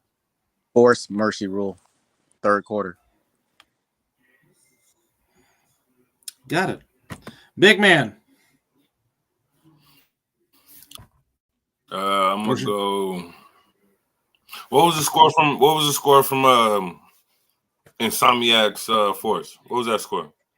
Final score was 38-25. All right, so we're gonna double that. I'm gonna go 40 and some change. And I'm gonna say the goal to get lucky and score twice, like 12. 40 and some change. Okay.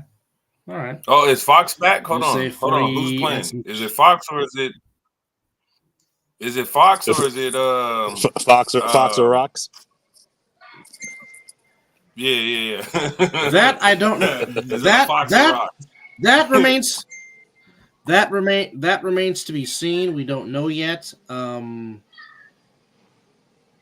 But I do have the Force, and I got the Force winning by a score of 52 to, I'll say 12. I agree on that because I think the goal will find the end zone twice for some sympathy. But I do got the Force handling business. Somewhat. Mr. Duncan.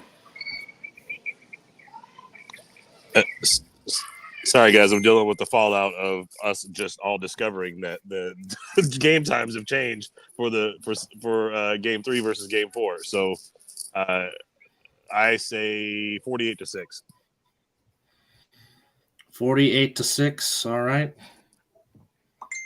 48-6. What is that? That's Kryptonite.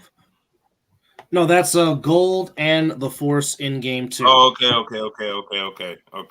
was like, hold on, I'm lost. No, you're good, buddy. You're good. You're good. Now I'm waiting for the other guest to come on because I wanted to have him come on and be a guest panelist and give his guest predictions for week number 2. And so hopefully he will hop back on somewhere somehow. And coming up after this show. All right, guys, real quick, let me interject. Update. It has been discovered that the game of the week listing with Sick and OTT is indeed a typo, and it will be Kryptonite versus Pit Bosses on the game of the week. And then it will be OTT and Sick with it under the lights for their rematch under the lights. Got it. All right. So, adding another person to the show is my co-host of the Muslim Dub Show and also my co-host of the A7 Wrap-Up Show after A7 Games, which will be back on this upcoming Sunday. It's going to be a busy day for Mizzle because he'll also be watching WrestleMania. But nonetheless, my good buddy and co-host of the Muslim Dub Show, my good friend, Mr. Raymond Mason. Mizzle, welcome to the show. I know. Thank you for having me. Time, so real quickly, give me your predictions for the first game between the Insomniacs and Hunters, and then the second game between the Force and the Gold. Floor is yours. I'll take the Insomniacs on that off top. And then what was the second one again? Repeat that one. We need scores, bro. Just saying the Insomniacs going to win is like saying you're going to breathe tomorrow. Well, I mean, I can't give a score. Mercy rule. Ooh. Now what they're playing again? Insomniacs versus who again? I'm sorry. The Hunters. The Hunters. And you may not know that the Insomniacs are absolutely pissed off right now, but they might also forfeit and not show up in the game because they're so pissed off. Oh, see, I don't know what's going on with everything. I've been listening, but I don't know what technically was going on. But I'll take the Insomniacs by mercy rule by that. And what was the second game? The Gold against the Force. Ooh. Mercy rule. Ooh. Yeah, I feel that one as well. I'll back up. Yeah. I can agree to that one. So to catch up to week 3, let's continue with the week 3. I go with 2 mercy rules. Okay, so we now. Okay, so we reached the game of the week between.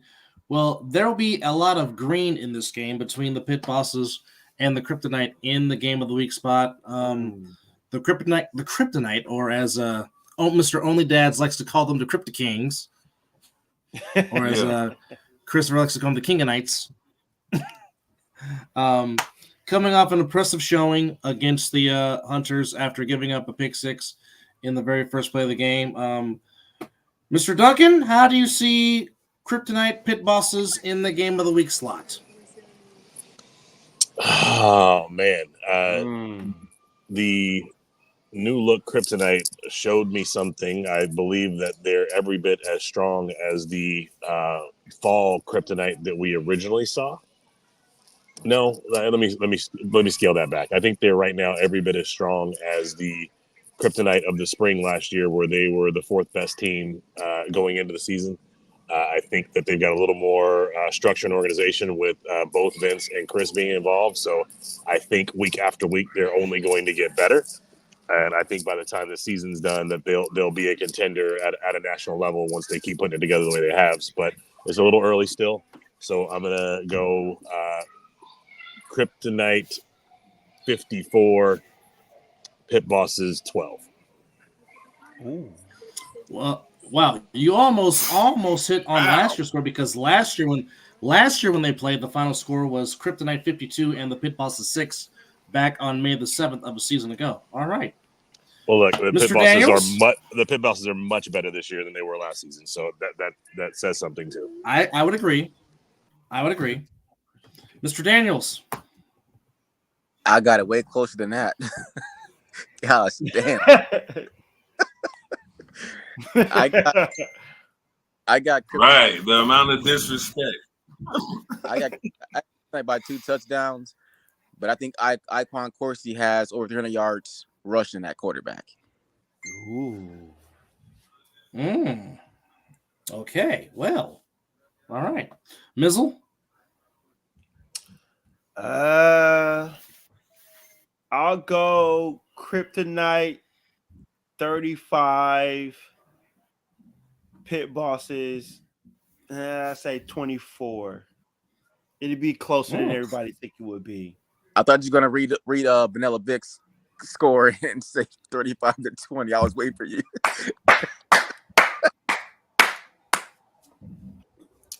No. That's how you feel, Tom? That's well, interesting. All right. Yes, DP. Iquan is back. He was he was back. You know what? That's right. He had a concussion, didn't he? Or at least the head has head laceration. He came back. He came back into the game, so you would assume he's all right. He came back in the game. Yeah. All right. Only Dads. What do you got?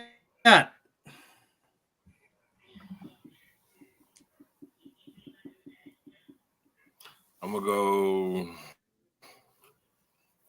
go Pit Bosses 18, Kryptonite 42. How does the Kryptonite not have a sponsor by some cryptocurrency and the Vegas Knights? They're missing the ball right there. Let's go. That or sponsored by DC Comics and the Fortress of Solitude. I got the Hall of Doom, known as the Kryptonite. I will say 39-18. Oof. Got him with a 20-point victory. And now back to the highest game ever scored. How many what? How many 3-on-1 returns we're gonna have? That's a great question. That is amazing question. I haven't been impressed. Unfortunately, Chris left because 2 weeks ago he set it at 7 and we only got 2, which is quite shocking. So I guess I will. You know what I said on the Missile and Dub show. I already told you how many Desi he should have had last week. Yeah, he my man should have had 3 last week. But he got one, and Desi McWillie. You did get Desi, one. it should be easy. It should be easy now. Speaking of which, every time Desi talks about the Jason Freddy slasher, I think of the mask he wears. Stop it! Stop it! Stop it right now! Out there looking like Michael Myers chasing a white All girl right. with big boobies. Damn it! It was Where's Scotty when you need him right now? Dadgummit, Scotty, get back in here if you're still out there. All right. Well, I'm gonna say over under 6 for 3-on-1s for week 2. I'm gonna put it at 6. So over under 6 3-on-1 returns for week 2. And anybody that wants to say their piece, speak now. I'll take 4. I'll see. We got 4. I got 4 or 5. Maybe 4 or 5 will happen. So Mizzle's going under. All right. I'll give you 2. Only dads? 2. Okay, 2 yourself or 2 overall? 2 from you or 2 overall? Oh, okay. Hey, I like it. I like it. I'm going. You said it's at 6. I put it at 6 over under 6. I got about 4 or 5. I'm gonna stick with that statement right there. No bullshit. I think Zelly really can give me about 2. Well, hell, I think Desi should have had 3 last week. Yeah, but so- some would say that some would say that the turf monster was very active. Oh, the last turf week, monster you know was what I real mean? last week. 100%. You know what I mean? Me watching. Yeah. So It was a lot of people I'm losing a, their feet last week. So 100. yeah, hey, losing feet and cleats. All right, they was losing both. Okay, so yes, Sally, we know you've been practicing with showing your cleats, your new cleats, all week long. So that's why he's confident. You know he's gonna what? Get 2. Look, y'all, our boy Jordan Davidson had a really good take. How's Zelly going to get 2 returns? Well, I guess if the Hunters keep the ball in bounds on the surrender, because otherwise they'll be throwing off the ball likely once if it is a shutout. Oh, well, that's a good statement. But if they keep it in bounds, Vanilla Vic with the knowledge. Who's to Vanilla say Vic with that the the Insomniacs might not want to just? Mr. Duncan, They might can you want to please continue the answer game Mr. though and just say, "Hey, why Mr. not? Duncan, can you Let's please just give it a. answer Let's just give them the Mr. ball back." Hamilton? Can you please All right. answer Mr. Hamilton's question of why we are not in studio? Yes, Scott Hamilton, you have to go back and rewatch the show and give us those minutes that we watched, so we can get our YouTube money up. But the answer is the answer. Studio is expensive, and we don't have any sponsors for it. I've been funding it for the last 14 months, 15 months without any sponsorship. So we elected to put that money back into other things for the league and structure ourselves differently. I'm like, guys, I'm going to be honest. I am running out of money because we don't have sponsors and we don't have a broadcast deal. So I'm doing whatever I can to save money in some instances. So that's where we're at. understandable. Definitely understandable.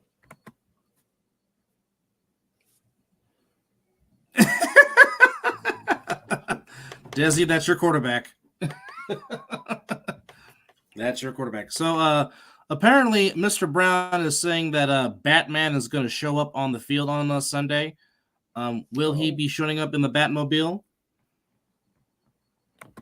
Oh, well, all right. Mr. Brown just hit it on the head. You know, I got a new baby at home. I'm Similac ain't cheap. Hey, 110%. That's true. I've been is there, true. brother. Hey, I've been there. And it's an adoption, so we All ain't right. creating none for free.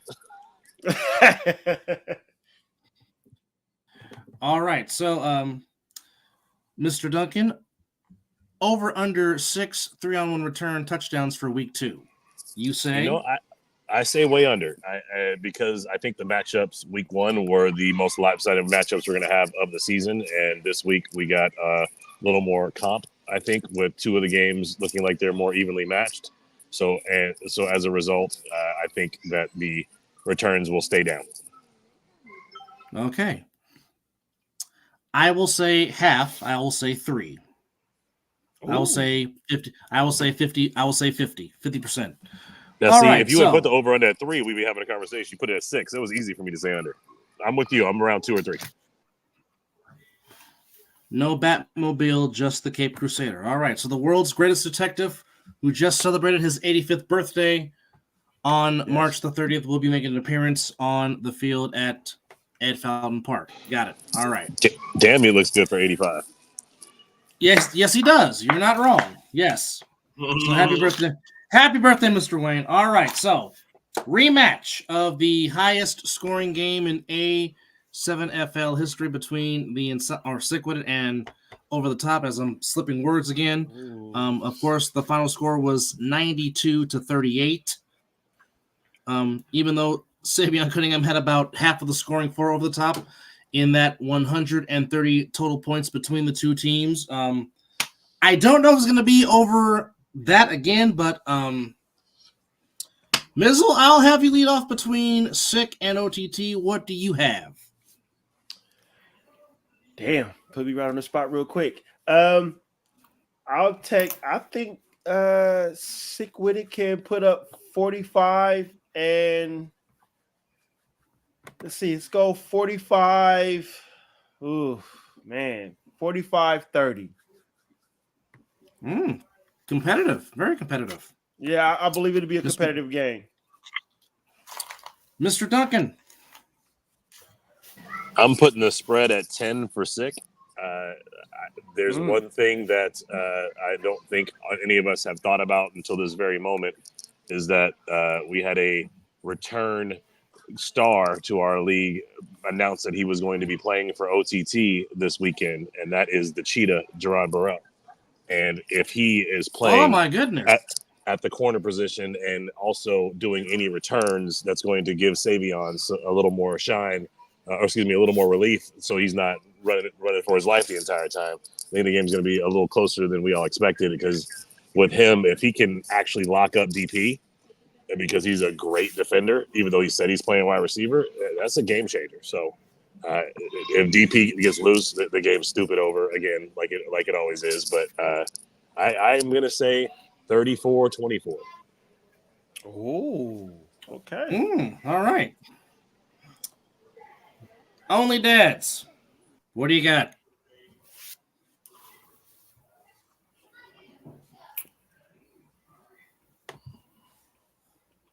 I got do I think it's gonna be close? I don't really, honestly, I don't feel like it's gonna be as close as everybody thinks. I'm still gonna take Sick with a mercy rule. You still got that orange in your blood, don't you? Not even. Not even. Not even. It's one of those where we can think about the depth that OTT has come up with. You know what I'm saying? But we also just had one of the Ramses just tell us pretty much that they're kind of still experimenting. I don't feel like they're going to. They might start off, like I said, amazing. They might start off amazing. But again, you can't take away from a team that's been, let's just say, top 2 for the past couple seasons. I don't really feel like that's going to change. I feel like they have more chemistry. I feel like with a few additions that they've added, it's way easier to incorporate a game plan as opposed to the amount of talent that OTT has added.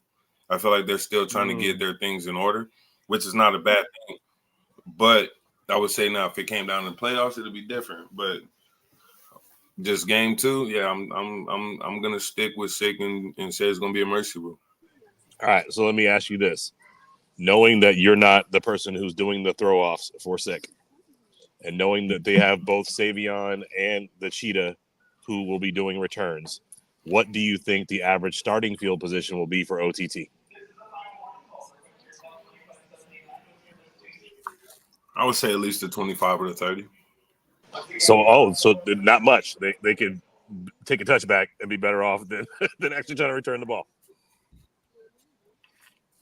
I mean, that's what a lot of people failed to realize. I'm throwing it. Yeah, granted, I'm throwing it. But it's the two people that I had alongside of me, and those are still two people and still two individuals that are on that 3-on-1.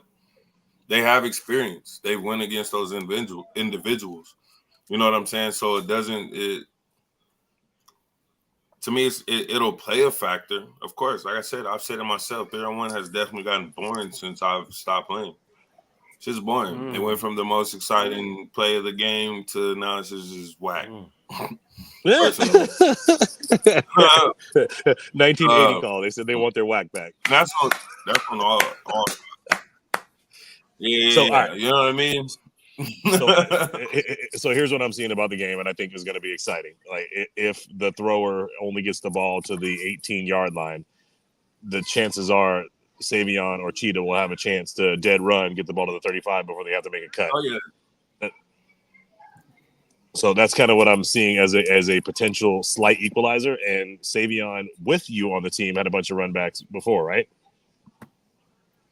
No, I wouldn't say a bunch. We're not gonna overdo it. He probably had like 2. Ooh, smooth the QB. We're not gonna overdo it. He only had 2.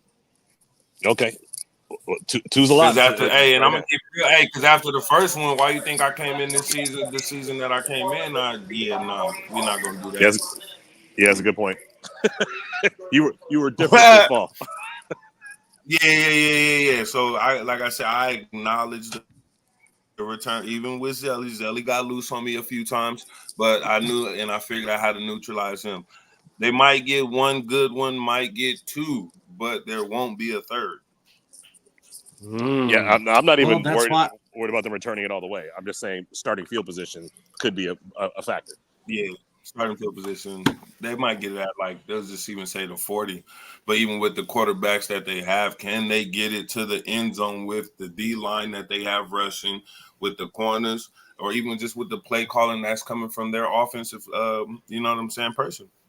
Yeah, that would be whether they're running smooth offense, which doesn't require you to have a great line, and if they practice that enough, they're going to be a contender all season.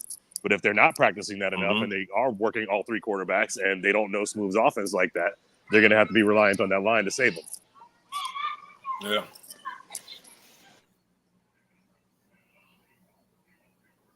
I think it'll be a good one overall. I got sick. I think it'll be a lot of offense. I think there'll be a lot of spectacular plays, but at the end of the day, sick is still sick. I got sick by a final score of double nickel to 35. Mr. Daniel? I got 56-28 sick. I think Savion and Cheetah makes it interesting in the beginning, but I think as the game goes on, sick gonna show what sick does, and I have Joey having 3 touchdowns, over 200 yards rushing. Oh. Who's OTT's 3-on-1 throw off though? Let me tell you something. Even though it's been Yodi, you have Lavish back there. You have other players that can get back there and return. So while we speak on, like I said, the top 2 names for those teams, Sick also has some pretty good returners too. OTT don't got the best 3-on-1. No, their coverage has been suspect the entire time they've been around. Hopefully they've been practicing it. Hopefully everybody's been practicing it. That third element is big in this league. Yeah, I think Lavish gets a good field advantage. Well, Mr. Brown.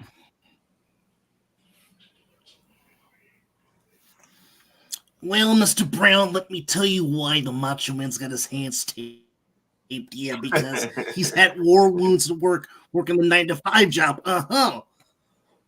So that's why the hands are taped. Dig it. There you go. There's my Macho Man. No, he did not add Macho Man Randy Savage to this show. Oh, yeah, dig it.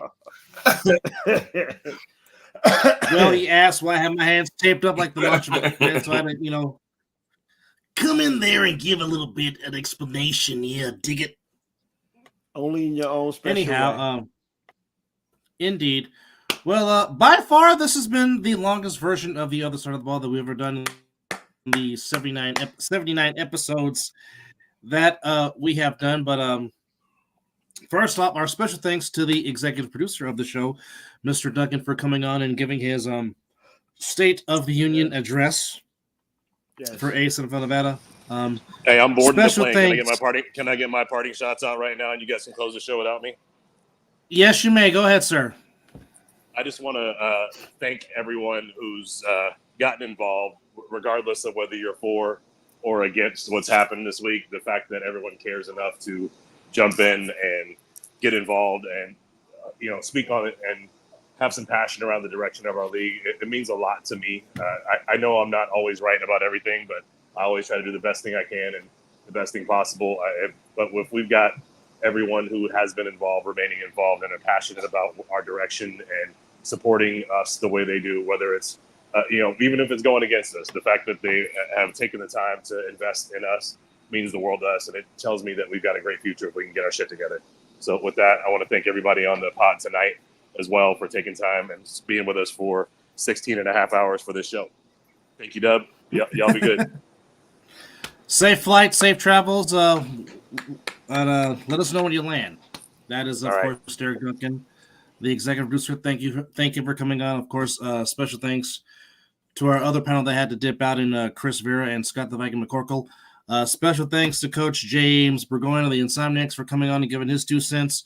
Special thanks to Mr. Daniels for coming in and saying his piece. Also to Eric Schufer Jr., a.k.a. Munchie, or as Mizzle likes to call him, the Archer. Special thanks to Only Dads, Mr. Knox25 Live for advertising Only Dads, as you can see on the beanie. Special thanks to everybody in the chat. Again, we will be live at Ed Fountain Park this upcoming Sunday for week 2, but for week 3, according to Mr. Daniels, which he said out of his mouth, we will be taking our talents to Cheyenne High School starting week 3, which again, thank you to Mr. Daniels. And definitely to you, the fans, you have unleashed your passion of how y'all felt about this situation. That was the big topic of episode number 79. And we will definitely not hear the last of this situation. And hopefully we will come to a resolution and come to a conclusion. And some more people get free. Again, thank you to Mr. Robert Ramsey for coming on from Over the Top, for giving us his insight and his little background history. And good luck to them this upcoming week. And don't forget, check out the parlay with Woody and Joey. Don't forget RTU. Don't forget Inside the Lines. Don't forget the 3-on-1 podcast.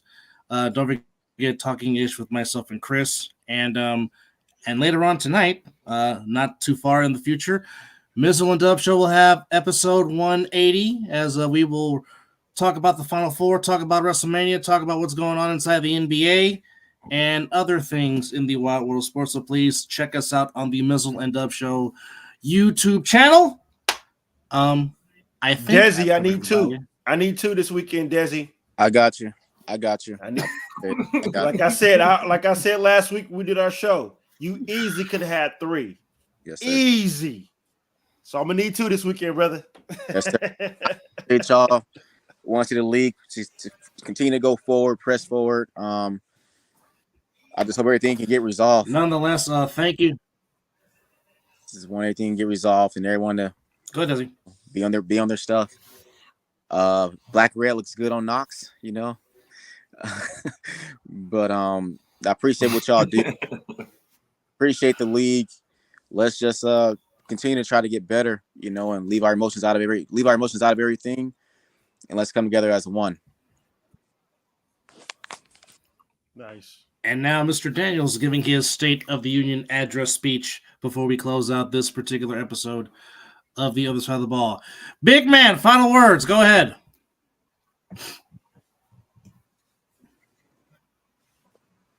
Hey, well, shit, if you can't get Packer or Jimmy, you know what you do? You get a Knox. No, I'm fucking with you. I'm just looking forward to some good football. I'm looking forward to a good, week 2. I'm looking forward to. I'm gonna take the over in the 3-on-1s. I got faith. I got faith. Let's go. Yeah, like I said, I hope we can get the situation resolved.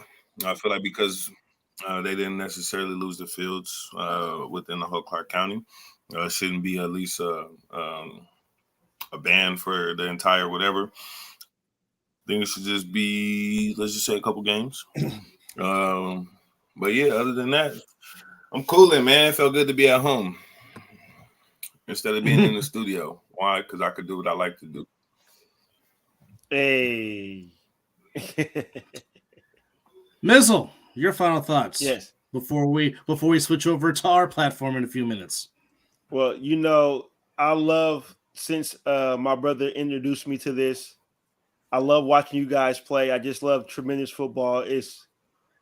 This is something that we did as kids, just on the blacktop. So to see you guys doing this professionally is something good to see. So I just hope that you guys can. I don't know the whole dynamics of what's going on. I jumped in and found out and talked to my brother what's going on. But I just hope you guys continue to keep this going in, because I enjoy watching it. I really do. And, you know, just to have a few to talk after the games and have guests on, I hope we can continue to go on with that. But I just hope that you guys have a good weekend this weekend and have some interesting football. And I hope I can see my man Desi give me 2, like he said.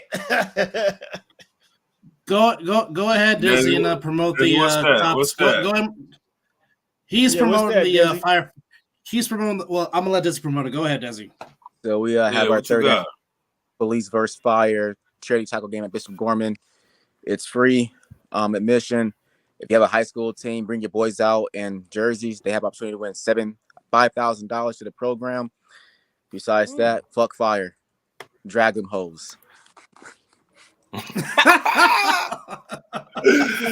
Oh my! Okay. All right. Okay. All right. You want to save your house, or you want to send somebody to jail? All right. Hold on, Zelly. You have a request from Mr. Palmer. I've been trying. I've been telling him we be hiring. He don't want to do it. All right. So, Bino, to answer your question, if you want to catch the Mizzle and Dub show, just go to YouTube and type in the Mizzle and Dub show, and our channel is right there. So please share with your friends and your loved ones, and of course subscribe. Like I said, we'll be doing a show tonight, which will be episode number 180. We're going to talk about the trade that happened in the NFL with the Bills just handing CJ Stroud another target. We'll talk about that. And we'll talk about the playoff. We'll talk about the playoff stretch in the association, to which we just learned that the Celtics have just wrapped up home court throughout the entirety of the NBA playoffs. So who cares about that's the all we're gonna Celtics? tease. Why did you bring that up? I Why know. did you bring that up? Who cares? It's called a tease. It's called a tease. That's what we do in this business. I understand. But okay, so we're gonna talk about just me be like, you know what, F the Celtics, because I'm a Sixer fan as well as a Warrior fan. So that's like me. That's like me saying fuck the Dodgers, who are beating my baseball team. Well, right they're now. doing. They're really. If you haven't seen that, I've been looking up to the TV here. Fuck the Dodgers, man. Oh, excuse my language. I don't know if we can say that on this type of show, but damn, we do a show with the Viking. Come on now. Okay, well, you know our show is different because I say what the hell I want to say. Our show, I just want to be respectful on the show. Every show with the Viking has to have Luke. Knox, you stop it right now, Knox. You stop it. Anyhow, again, the Mizzle and Dub Show. Go to our YouTube page, the Mizzle and Dub Show YouTube channel, and like I said, I'll wait for episode number 180. But my final thought is this. Bronco somewhere down the okay, see, now you're gonna get him. See, Desi, why you had to go there? Why you had to go there? Miss, your response? Honestly, I didn't quite hear what he said. What was that? Bronco Nation, let's ride. Hey, hold on, motherfucker. First of all, you said Bronco Nation. That was disrespectful right there. There's only one goddamn nation. All right, and it's Raider Nation. So you get that up out of here. All right. Now, second of all, you being a Bronco fan, damn, Desi. Now it went from when you get into the, I just hope you get one. Just by saying that you a Bronco fan. I forgot you was a Bronco fan. Damn you. No, you know I love you, brother. No, all jokes aside. I can't wait till we have our NFL conversations. No, Desi came on our NFL show and he really put some knowledge down on that. That was a good conversation that day.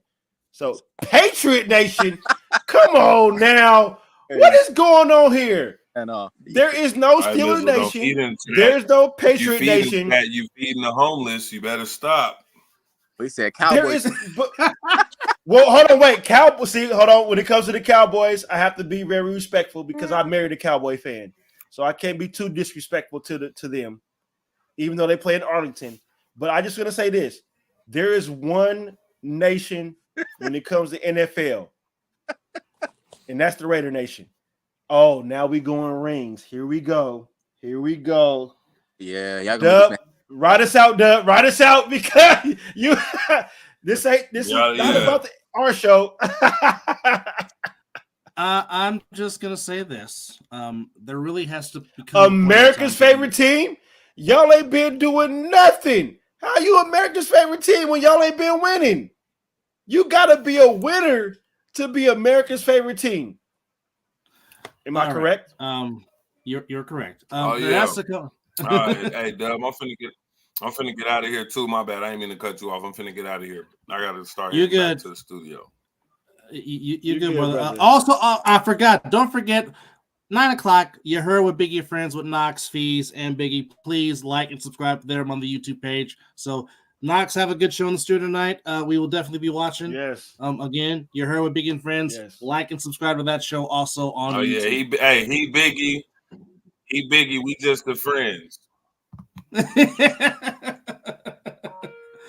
All right, so we are gonna sign off here. Well, like I said, stay tuned for the Mizzle and Dub Show, episode 180, where we will talk what's going on in the Wild World of Sports. But anyhow, thank you to everybody for chiming in.